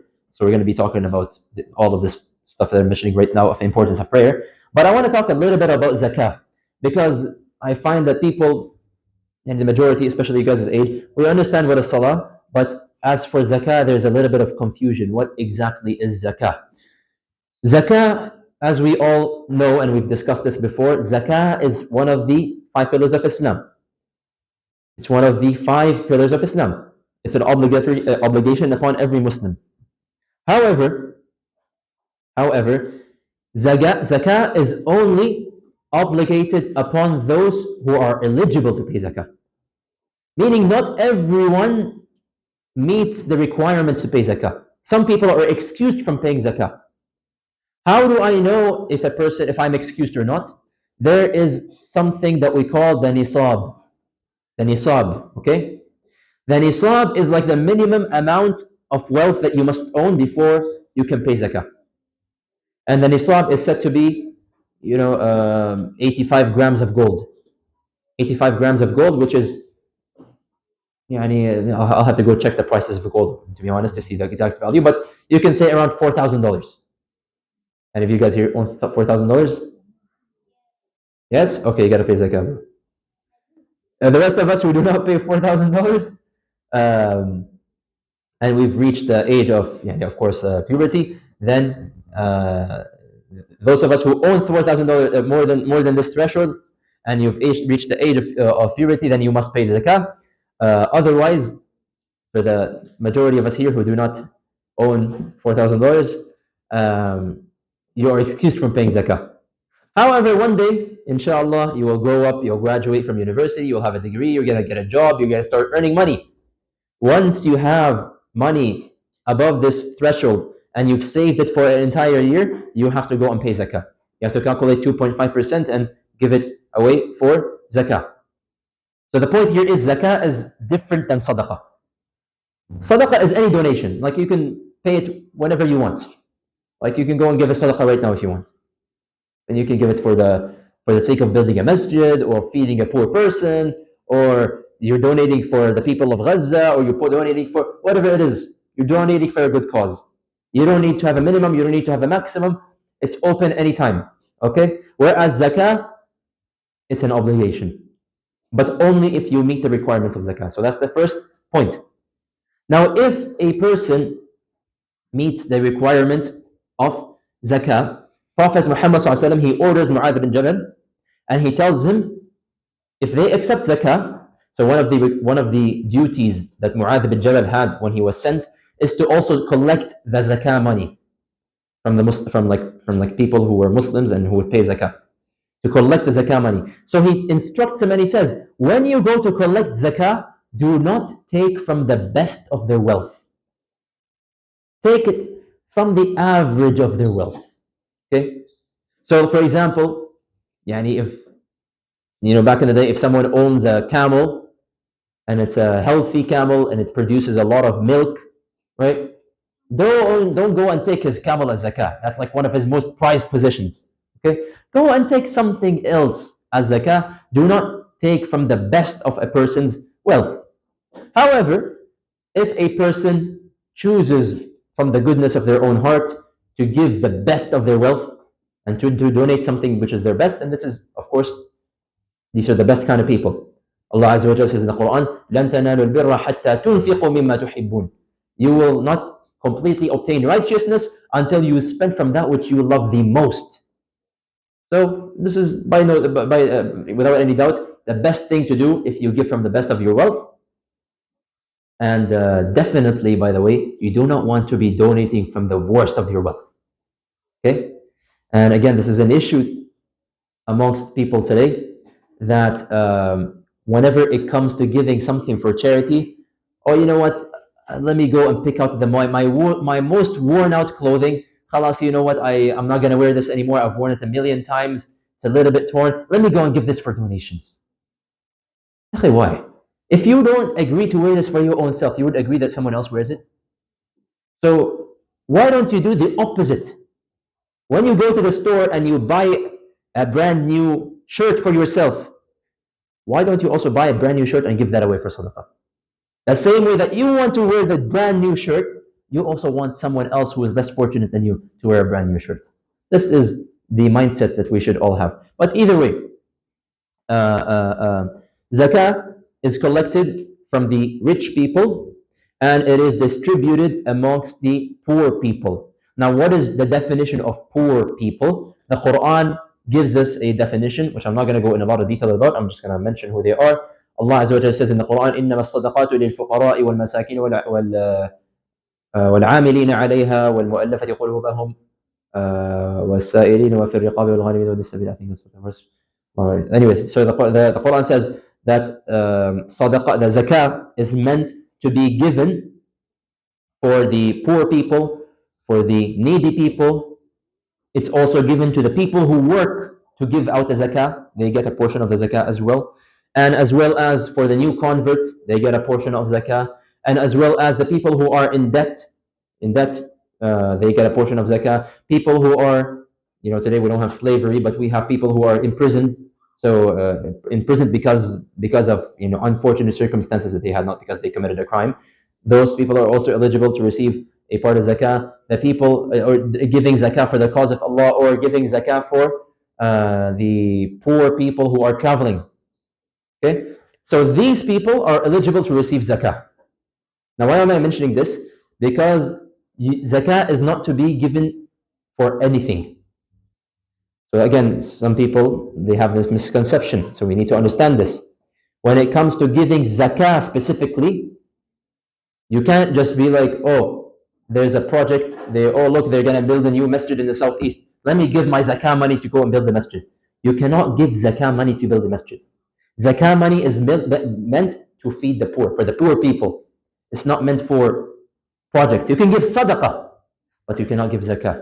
So hopefully you can sort of understand the difference between the two. Zakah only for poor people. Okay? So here in the masjid, for example, you cannot put zakah in the general donation box. You know that donation box that's next to the door that we have? You cannot put zakah inside and be like, oh, that's my zakah. Because that money is not being used to give for zakah. That is used for like everything. There is a special box that says zakah, zakatul mal, zakah donation. Even in the machine, when you go to donate, there's an option that says zakah. So you choose that and you give your money specifically for zakah. So either give it to the masjid so that they can give it on your behalf, or if you know of an organization, whatever that organization is, if you know they are trusted and they will take money and they will distribute it for the poor people, then this money can be given for zakah. What is the purpose of zakah? The word zakah comes from the word tazkiyah. And tazkiyah means to purify. So the purpose of zakah is to purify a person's wealth. So when a person is giving away from their wealth, they're not losing anything. They're purifying their own wealth. You're ensuring that Allah's barakah will remain upon your wealth. You're ensuring that all of your wealth stays within the halal. So you are giving away a portion of your wealth. And one of the main points of zakah as well is that the rich people do not hoard all the money, and the poor people don't get any money. And this is, by the way, the exact reason. It's kind of a side point. This is the exact reason. Okay, can I please ask you to just go out, please? I mean, if you're here to play, then yes, please take that toy with you and just go play with it upstairs. Okay? Jazakallah khair. Take the toy with you, please, and just take it and go. Okay? And then once you decide to come and listen, you can come and listen, please. MashaAllah, you distracted all the boys around you. Anyways, what was I saying? The purpose of zakah is so that the rich people don't hoard all the money, and so that the poor can get a portion of money. This is, by the way, exactly why interest is haram in Islam. You guys know what is interest? Interest, riba, something that is called interest. Go look it up. I'm not going to explain it right now. There's something called interest that is haram in Islam. The main reason why it is haram is because interest lets the rich person gets richer, and the poor people gets poorer. Okay? The rich get richer, the poor get poorer. The complete opposite of interest is zakah, because the poor get richer, whereas the richer doesn't really get any poorer, because they're only given a small amount of their wealth for zakah. Okay? And another benefit of zakah is so that the poor person doesn't develop a jealousy towards the rich person and say, how come this guy gets all money and I don't get any money at all? The poor person now also receives some money as well. Okay? So this I just wanted to point out zakah for a little bit. And just to wrap up the hadith, the final point, the hadith addresses the concept of injustice. So Prophet ﷺ is telling Mu'adh, look, yes, I am putting you in charge. You are the person who is in charge of them, but be careful of committing any injustice. Be careful of committing any oppression. And subhanAllah, if only the rulers today had any kind of fear of Allah and had any fear of committing oppression, the situation today would have been much, much different. And there are so many hadiths which speak about the dangers of oppressing. And in this hadith, we are told, fear the dua of the person who is oppressed. Because the person who is oppressed, if they make a dua to Allah, Allah will accept their dua. Meaning, if you oppress someone and that person makes a dua against you, then Allah shall accept that dua. Which is why the Prophet ﷺ is saying, fear the dua of the oppressed. Make sure you are not oppressing anyone. Make sure you are not harming someone physically, hitting them or injuring them, knowing without any reason, and knowing that they cannot fight and protect themselves. Make sure that you are not oppressing someone through their money, that you are not stealing or cheating or scamming or not paying someone back, because now you're an oppressor and they're going to be oppressed. And most importantly, make sure you do not oppress someone by slandering them, backbiting them. And this is the worst thing that is happening today. Talking about one another behind each other's back, ruining each other's reputations, making fun of each other. This is a form of dhulm and is a form of oppression. Be worried and be scared if you know that you've oppressed someone, because that person who is oppressed, his dua will be accepted by Allah Azza wa Jal. In another hadith, Prophet Muhammad ﷺ, he tells us, beware of committing dhulm, because dhulm shall become dhulumat on the day of judgment. Oppression shall become layers and layers of darkness on the day of judgment. Can you just, boys in the middle, just please make your way out. Okay? And whatever you're holding, please put it on the table here and leave it on the table. Jazakumullah khair. No, not this table, the table here in the front. And just don't play with it anymore, please. Okay. So we have to be very conscious of not falling into oppression. So, and with this, we'll inshallah conclude the hadith. So the next hadith, inshallah, I will be sharing you in the group chat. So if you are not in the group chat and you're not receiving the hadith, you're not receiving the challenges, please talk to us so that we can add you in the group chat, so you can receive the challenges and you can receive points. And just as a reminder, if you collect enough points, inshallah, eventually you'll be eligible to receive gift cards. Okay? So, any questions about the hadith? Yes.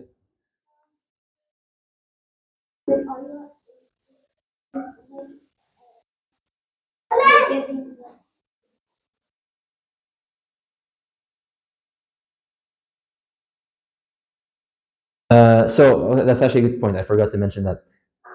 Generally speaking, zakah is meant to be distributed in the same area where you're giving zakah. Meaning, if you're living in Calgary, then zakah should be given to the poor people of Calgary. If you want to donate for Palestine, you want to donate for somewhere else, the more correct thing to do is to give sadaqah over there. Zakah is meant to help your own community. And trust me, and I know some people, they use the argument and they say, but they are way poorer over there than they are over here. Trust me, there are poor people here. There are a lot of poor people here in Calgary. They just don't show themselves. Okay? And the masjid knows them, you probably don't know them. So help your own community. They need it. Okay? And as for Palestine, by all means, go and give as much sadaqah as you want. Okay? Question?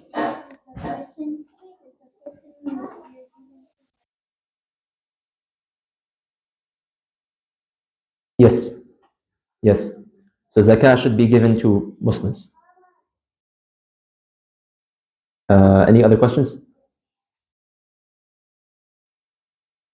Okay. Let's quickly go through these questions. What is the main issue with relying on pure logic to find the truth? So remember at the beginning we were talking about logic and reason. What's the issue with only using logic? Yes, over there in the back. Yeah. There is a limit to logic. It will only get you so far, and then there are many things which logic will not be able to answer, and also logic can sometimes be incorrect. Is it allowed to pick what to believe in the Quran and the Sunnah? And explain your answer. Anyone else from the girls who wants to try and answer? Yes. Yeah.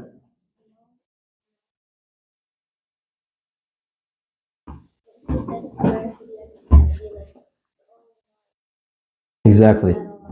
Exactly. Jazakumullah khair. It is not allowed for you to pick and choose. The Quran is one package. You don't get to pick and choose which verse you want to believe in and which verse you don't want to believe in. Okay? Same thing with the hadith and the sunnah. Muslims do not have a choice in this matter. Why is it dangerous to reinterpret the understanding of the Quran and the sunnah? Someone who's not answered, please. Put your hand down if you answered already. None of you guys know why we should not interpret the Quran and the sunnah? Boys? Someone, yes, in the back. Someone just raised their hand.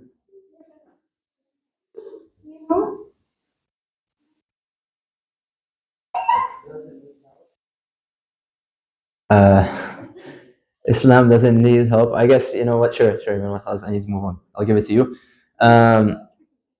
Because Islam is already complete. Okay, and that's a better way of rewording your answer. Islam is already complete. It doesn't need any changes. It's already made to be fitting in all times and all places. Okay, so it doesn't need any reinterpretation or any modifications. And anyone who modifies any understanding of the Sahaba to say that, oh no, their understanding is outdated, this person is misguided.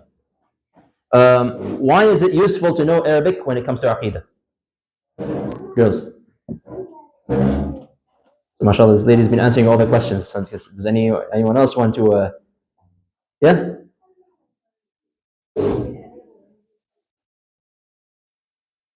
Very good. The Quran and Sunnah, they are originally Arabic. So when a person knows and has studied Arabic and they read Arabic, then they get the intended meaning of these verses or these hadiths. Whereas, when you only rely on the translations are good. I'm not saying they're not good, so don't get me wrong. I'm not discouraging translations.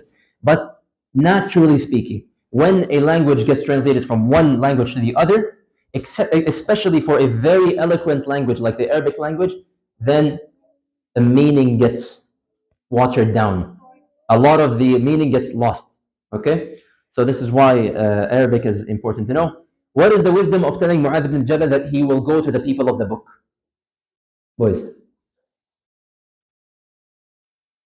Yeah? I guess so. No one else wants to answer. Because he wants the he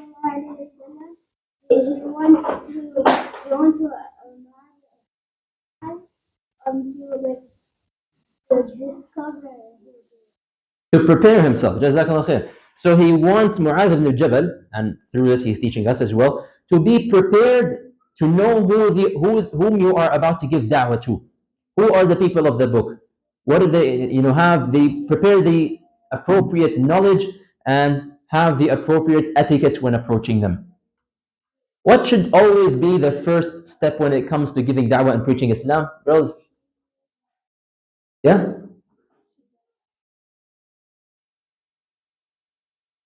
Teaching them about Tawheed, La ilaha illallah Muhammad Rasulullah, talk to them about the greatness of Allah and the creation of Allah and whatnot. We mentioned when we explained zakah, what is nisab? What is nisab?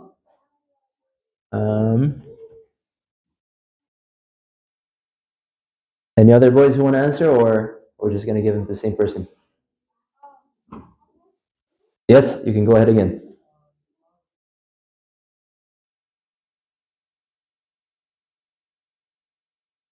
Nisab is the minimum amount. The minimum amount that a person has to save up in order to become eligible to pay zakah. What did Prophet Muhammad ﷺ say about the dua of the person who is oppressed? Yes? Yes, you? It is always accepted because there is no barrier between the dua of the oppressed and Allah Azza wa Jal. Okay, we don't have much time left, but inshallah we'll try to breeze through the rest. So the next chapter we're going to be spending a chunk of time on, inshallah, and that is the chapter of wudu. Now we finally we get into wudu. We spoke about all of these previous units. We spoke about the different kinds of water, the tahur water and the najis water. We spoke about the vessels. We spoke about sunnah al-fitra. We spoke about all of these things. And at the very beginning, if you remember, we spoke about minor hadath and major hadath as well, spiritual and physical impurity. Yes, we spoke about this at the very beginning. So, what is wudu? We'll start from scratch. Wudu, when it comes to the Arabic language, the word al-wada'a means cleanliness. Okay, it means being clean and a part of beauty. Okay, so someone who has wada'a is someone who is clean and someone who is beautiful. Okay, whereas when we say wudu, we all understand what is wudu is when it comes to Islam, but the definition is very specific. It is to wash the face, the arms, the head, and the feet in the way that is described in the Quran and the Sunnah as a form of worship to Allah Azza wa Jal. Okay? So this is the Islamic definition of what is wudu, and we're gonna go into this in a lot of detail, inshallah, over the next two classes. Now, what is the ruling on wudu?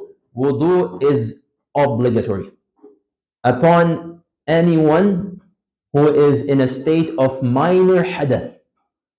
And I'm taking you back to the first lecture. Remember? Minor and major hadath. You're in a state of spiritual impurity. Perhaps you use the washroom. Okay? Maybe you use the washroom. Maybe you let out some air. Maybe you fell asleep. Okay? And you need to, you are now in a state of minor hadath. And you need to exit out of the state of minor hadath in order to gain a state of tahara, in order for you to do actions such as prayer, actions such as tawaf. If you ever go to Mecca to go and do Umrah, if you want to do tawaf, you have to have tahara and you have to do wudu. as well as touching the Quran. And touching the Quran is an issue of dispute, but the majority they mention to touch the Quran, a person needs to have wudu. And I hope you guys remember this, and especially for the boys who are coming to attend the Quran schools, even whether you're coming to this masjid or you're going to another masjid. A lot of people, unfortunately, they come to the masjid, they're mashallah sitting down, they're holding the Quran, they're putting it down, they're touching it, doing things, and then, okay, where are you going? Oh, I'm going to make wudu before salah. Allahu Akbar. So you've been sitting the whole time, you've been touching the Quran, holding the Quran, doing everything with the Quran, and you didn't have wudu. Wudu is required in order for you to touch the Quran. Okay, and of course the evidence for this is very very clear in the Quran. Allah Azza wa Jalla says in the verse of Surah Al-Ma'idah, يا أيها الذين آمنوا إذا قمتم إلى الصلاة فاغسلوا وجوهكم وأيديكم إلى المرافق وامسحوا برؤوسكم وأرجلكم إلى الكعبين. That, all believers, when you get up to go and pray, go and wash your faces and wash your arms up to the elbow, okay? And wipe your heads and wash your feet to the ankles, okay? And we're going to elaborate a little bit on this verse in a second. When we talk about wudu, there are conditions that need to be met before you can begin even making wudu, okay? So you have to have certain conditions met before you can start making wudu. There are 6 conditions. The first condition is the most obvious one. You need to be a Muslim to make wudu. Okay? You cannot teach a non-Muslim to make wudu and then tell them come and pray with us. That doesn't work that way. They need to be Muslim. It's a requirement for them for any deed to get accepted. They need to be Muslim. Okay? So that's the first condition. The second condition is to have a healthy mind. Okay? What do I mean by this? Meaning a person does not have some sort of mental illness, or this person is not insane. Okay? So a person who is insane is excused. They will not be able to perform wudu because they are excused from it either way.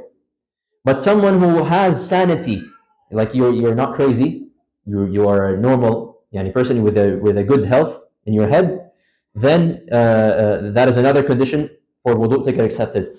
The third condition for wudu to get accepted, they have to reach the age of discernment. What is the age of discernment? It is in Arabic called the at-tamyiz. No, it's not 7. It's called at-tamyiz. The age when you now know what is right and wrong. The age which now you know what is good and bad for you. Okay? So you cannot take your 6-month-old sibling and make him make wudu. Okay? Because even if he performs the steps of wudu, this wudu is not counted. Because this baby does not know the difference between something which is good and something which is bad. Once they grow up old enough to understand, okay, I should not be eating Play-Doh because Play-Doh is bad for me, and I should be careful of going near sharp objects and hot objects because they are harmful for me. Once they start to understand the difference between good and bad, and harmful and non-harmful, this is a condition for wudu as well. Number 4, this is very important. Very, very important. You need to have an intention in order for wudu to get accepted. And this is the opinion of the majority of the scholars. There is a group of scholars who, and in fact there's only one scholar, who says that you do not need to have an intention to perform wudu. If you choose to follow that madhab, that's your choice. However, realize that the majority of the scholars come together and say you need to have an intention when having wudu, because Allah Azza wa Jal mentions in the Quran, Ya ayyuhalladhina amanu, إِذَا قُمْتُمْ, when you get up to go and pray. This implies that there is an intention. There has to be an intention. For you to get up to go and pray, you have to have an intention to get up and pray. So when you intend to pray, go and make wudu. So this is where we get the evidence that intention is a condition for wudu. Another condition of using to perform wudu, you need to use pure water. And all of us at this point should know what is pure water and what is impure water, and which water can be used for wudu and which water cannot be used for wudu. Okay? And the last point, which I want to explain a little bit, you have to remove any substances from your body parts that you're performing wudu on, which act as a barrier between your skin and the water. What do I mean by this? Let's say you have, in winter, or just in general, Calgary weather is dry weather, right? If you use Vaseline or whatever, you put some oil and ointment on your skin because you don't want your skin to crack. However, if this ointment is applied to your skin and it is dried, okay, and it dries on your skin such that it has a physical mass, so there is a physical layer now on your skin, between your skin and the water, this has to be removed. So this has to be removed such that the water can touch your skin. So the water, any barrier, any lotion, any cream, anything that is preventing water from reaching your skin, this has to be removed. And the same thing, by the way, goes without mentioning, the issue with nail polish and putting on the fake nails, right? The claws. Yeah, the claws, I guess. Sure. I've already mentioned this before. You're not allowed to wear them in the first place. Okay? But if you wear them at home, for example, in front of your parents or in front of your own siblings or whatever, and you put on nail polish, this is now acting as a barrier between the water and your skin and your nails. Okay? So even if you have it on at home, when it comes time for salah and you want to make wudu, they have to be removed. And you have to perform wudu. And then you perform the wudu. So this is another condition. Now, I'm not going to elaborate on this, but if there is a medical condition where you are required to apply a certain cream or lotion on the skin, this is now a different story. Okay, and I'm not going to elaborate further on this, but there's the same ruling here. There's an exception here. Like if someone needs medical attention and he cannot, for any reason, take off the cream because there will be harm upon them, then the scholars, they put an exception for this person and they give them steps that they can perform as an alternative. Okay, clear so far? Okay. What are now? So now, if you fulfill the conditions of wudu, the 6 conditions of wudu, the act of wudu itself also has obligations that need to be met in order for wudu to get accepted. This is where, once again, we bring back the ayah from the Quran. فَاغْسِلُوا وُجُوهَكُمْ. Step number 1, washing the face. This is an obligation of wudu. Okay? Now, someone might ask, wait, what about the washing the hands and the rinsing the mouth and the nose and whatever? These are not mentioned as part of the obligations. We're going to talk about these next week. These are parts of the sunnah of wudu. Okay? Now, a certain group of scholars, again, they say that the mouth and the nose are a part of the face. So when it says to wash the face, you must also rinse the mouth and you must also rinse the nose. This is an opinion, and if you choose to take that opinion, that is, again, it's there.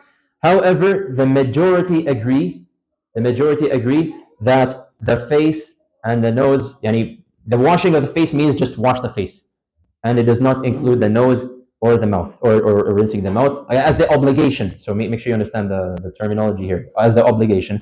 And the evidence they take for this is because Prophet Muhammad ﷺ, he said, تَوَضَّأُ كَمَا أَمَرَكُمُ اللَّهُ. So perform wudu as Allah Azza wa Jal has obligated you to, and Allah obligated wash the face.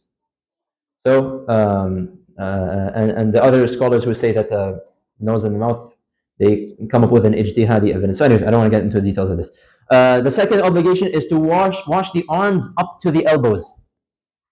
So washing the whole arm, meaning, and this is something that many people, especially the younger people, they make mistakes on. I see them sometimes.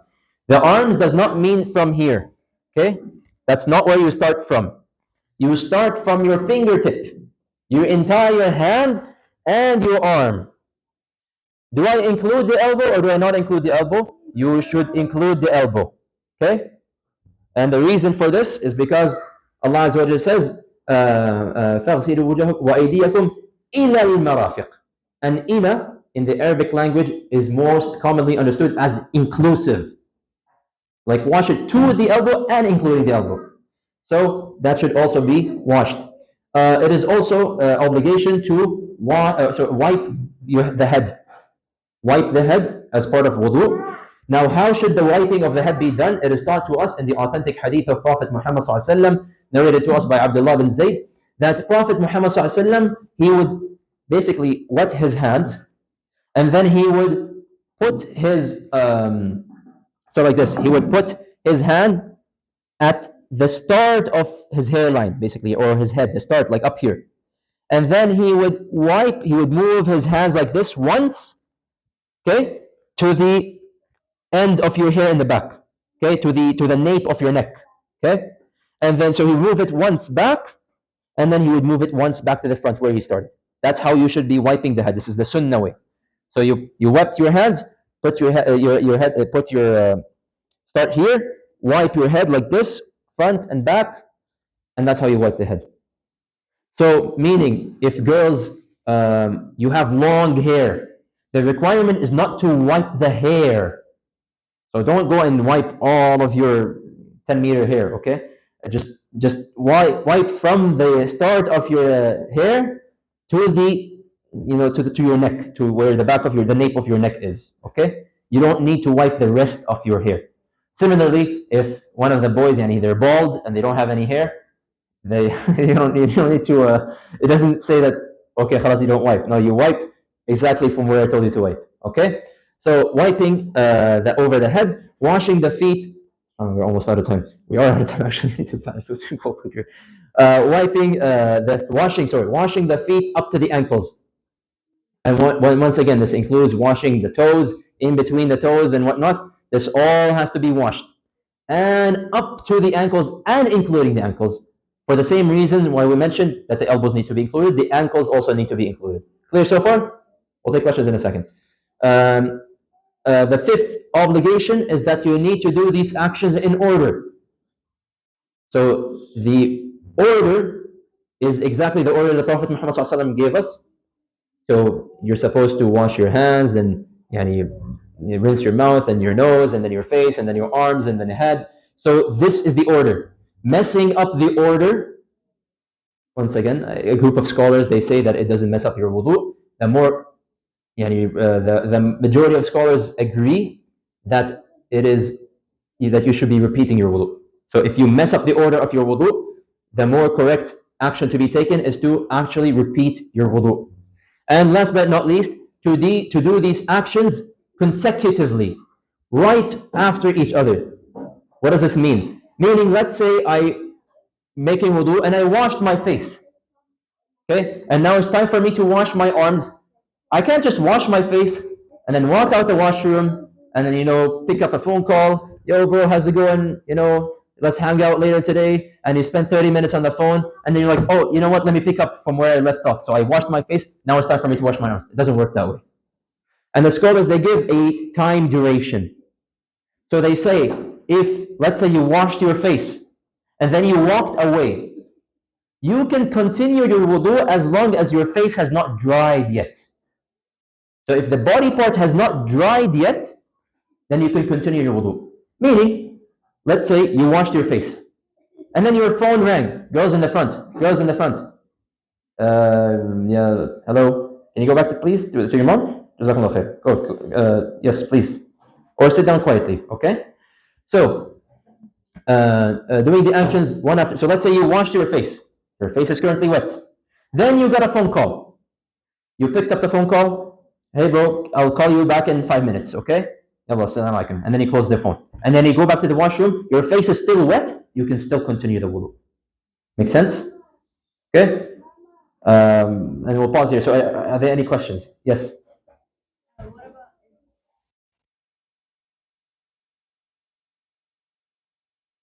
It's only drying the previous part. So let's say you already washed your hands, you rinsed the mouth and the nose and everything. Then you washed your face, and your hands already dried. I don't care about the hands. I only care about the face. If my face dried, khalas, go and restart your wudu. As long as the face has not dried, and I'm only giving an example of the face, by the way, but it applies to any step. Generally speaking, if you look at your face and you're like, okay, my face is still wet, continue your wudu. Otherwise, like it's very clear, it's obvious when your face is wet and versus where it's not. You don't just like, oh, I still have one drop of water here. Okay, my face is still wet. It doesn't work that way. Okay. Yes. Yes. So the ear is the same thing. So some scholars they say that the ear is part of the head. Therefore, wiping the ears comes also with wiping the head, and they say that wiping the ear is an obligation. That's one opinion. However, the majority agree that ears is sunnah. Wiping the ears is sunnah. So I'm talking about fard, obligatory parts. Okay? Meaning these are parts that you cannot for any reason miss. Okay? Next week we'll elaborate a little further on this about what are the sunnah acts of wudu and what we should be doing in wudu. Okay? But for now we're only talking about the fard, the obligatory acts. Make sense? Yes?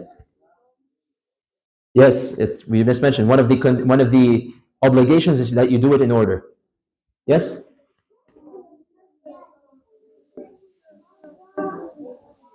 I'm sorry, you need to raise your voice. I cannot hear you.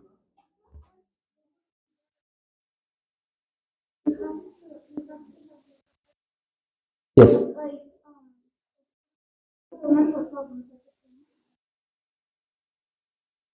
No. So it depends. It depends on the severity of their mental health.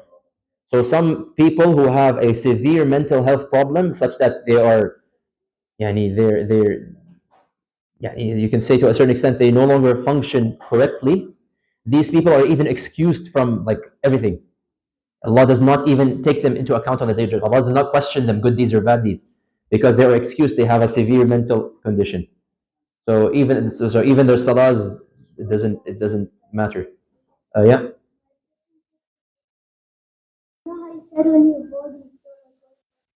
Yeah.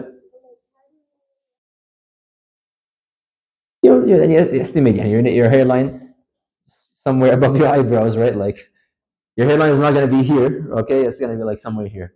So you estimate, yeah. Yes. Uh,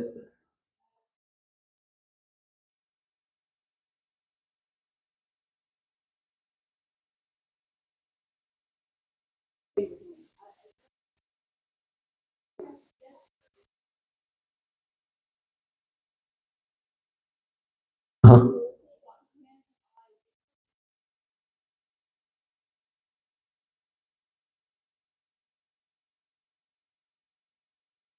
If they are not a Muslim and they did not convert into Islam, then even if they do the steps of wudu, it's not accepted. It doesn't get counted for them. It doesn't count. If they want to try, they can try, but like it doesn't get counted. Is what I'm saying. Yani their wudu is not accepted as a good deed. Make sense? Yeah.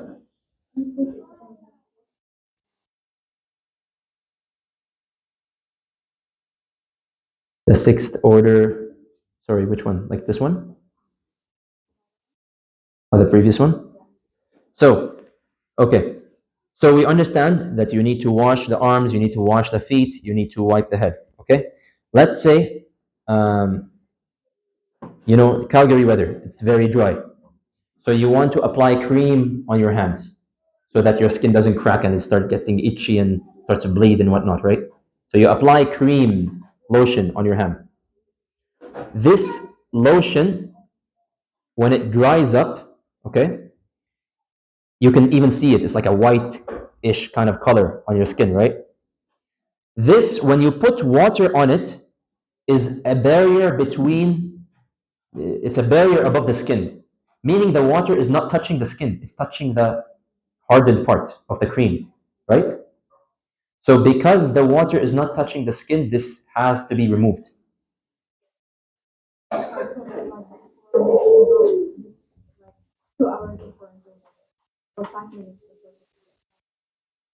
So if you did it, So if the skin, so as long as it doesn't prevent the water from passing through.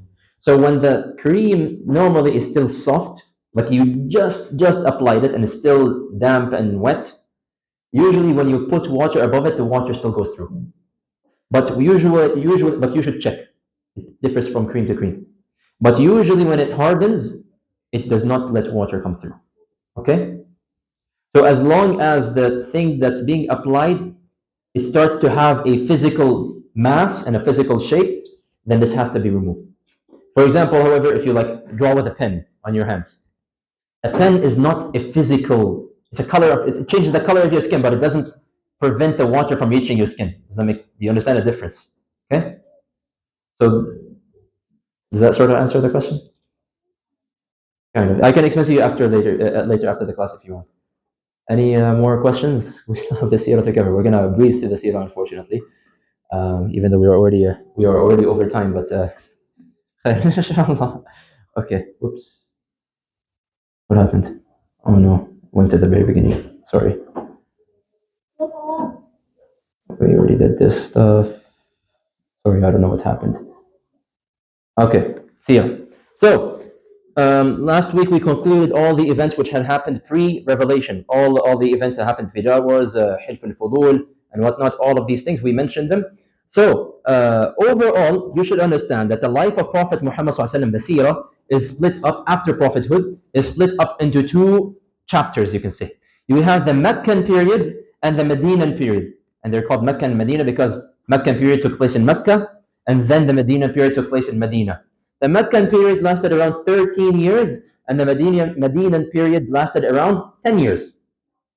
Okay? Now, all of the things we have discussed so far, starting from his birth to his upbringing to the events that he took place in, all of these were a form of preparation for Prophet Muhammad ﷺ, such that he is ready to take on the task of prophethood. Like, for example, we said Allah Azza wa Jal blessed the Prophet ﷺ with the best of all characters. He was someone who was very loved and respected by his tribe. The people looked up to him. They saw, despite him being very young, they looked at him as a future leader, that this person can become a leader.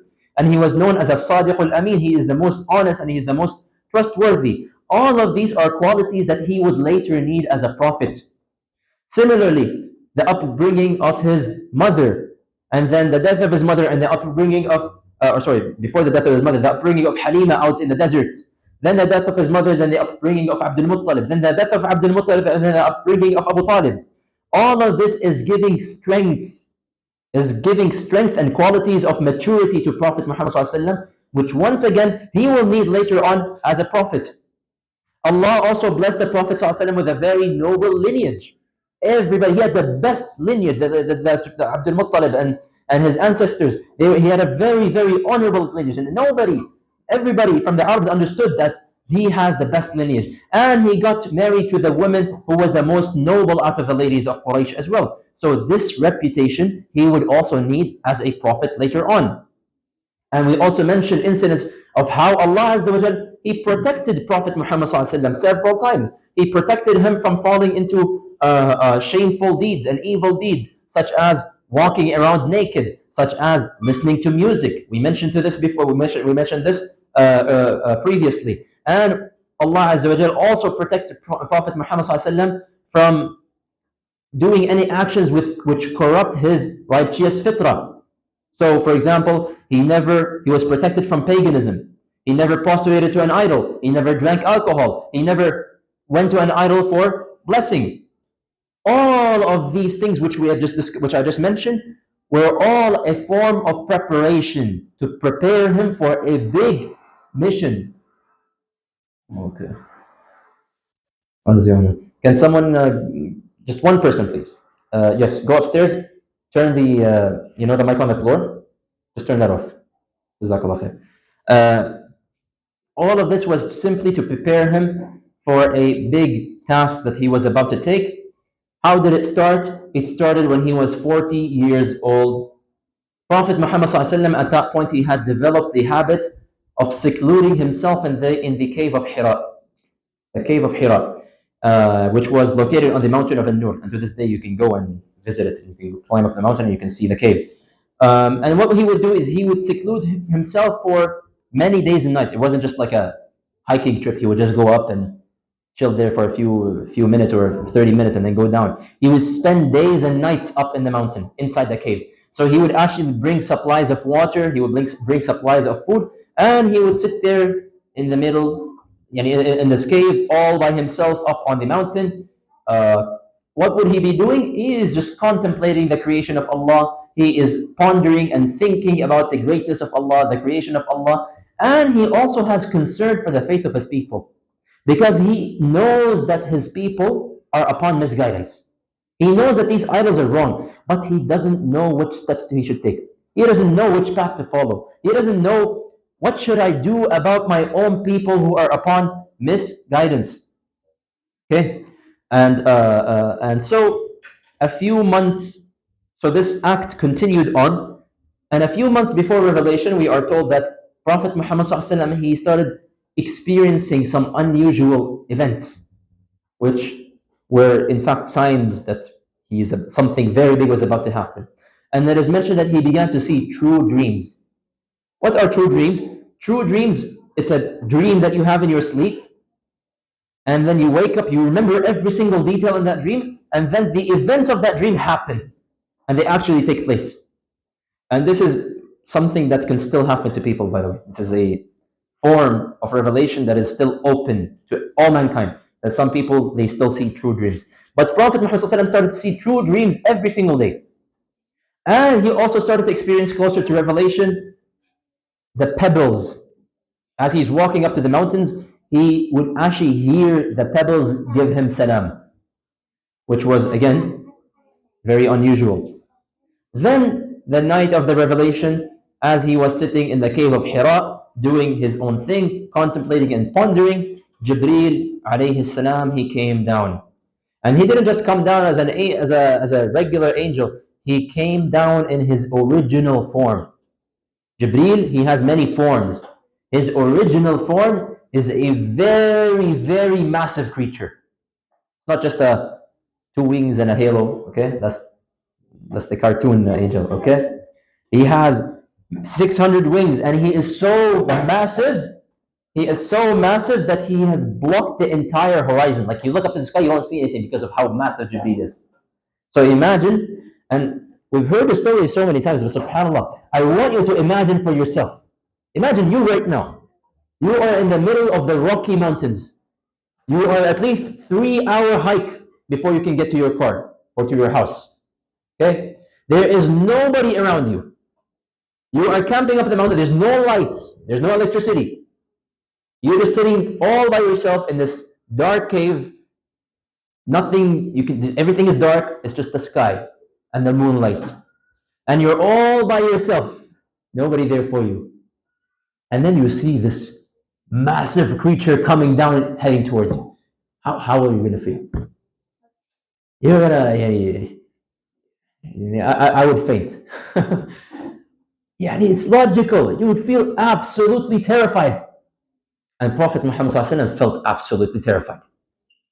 And so what did Jibreel do? He came down and he went in the cave, and he took Prophet Muhammad ﷺ and he commanded him, and he said, "Iqra, read."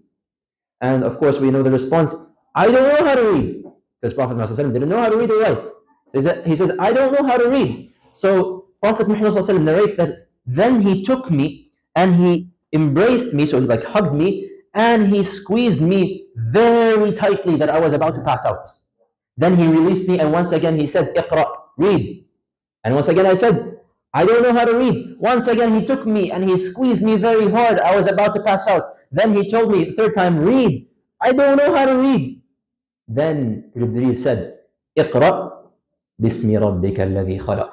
خلق الإنسان من علق. اقرأ وربك الأكرم الذي علم بالقلم علم الإنسان ما لم يعلم." The first verses of the Quran to ever get revealed were the first 5 verses of Surah Al-Alaq. And at this, of course, Prophet ﷺ is terrified, scared out of his own mind. He books it out of this cave, he sprints down the mountain. And you can imagine, by the way, today the mountain, if you go there and you want to hike up there, it takes around 1 to 2 hours. And now you have a paved hiking path. You can like walk there. Back then there was no hiking path. It's a much bigger mountain back in the day. And there's like rocks and sharp edges all over the way. And you can imagine Prophet Muhammad is so terrified that he's sprinting for at least an hour. Just straight down the mountain out of pure fear and pure adrenaline. And he goes back to his wife Khadija and he says, "Oh Khadija, yani, wrap me up, cover me up, cover me up."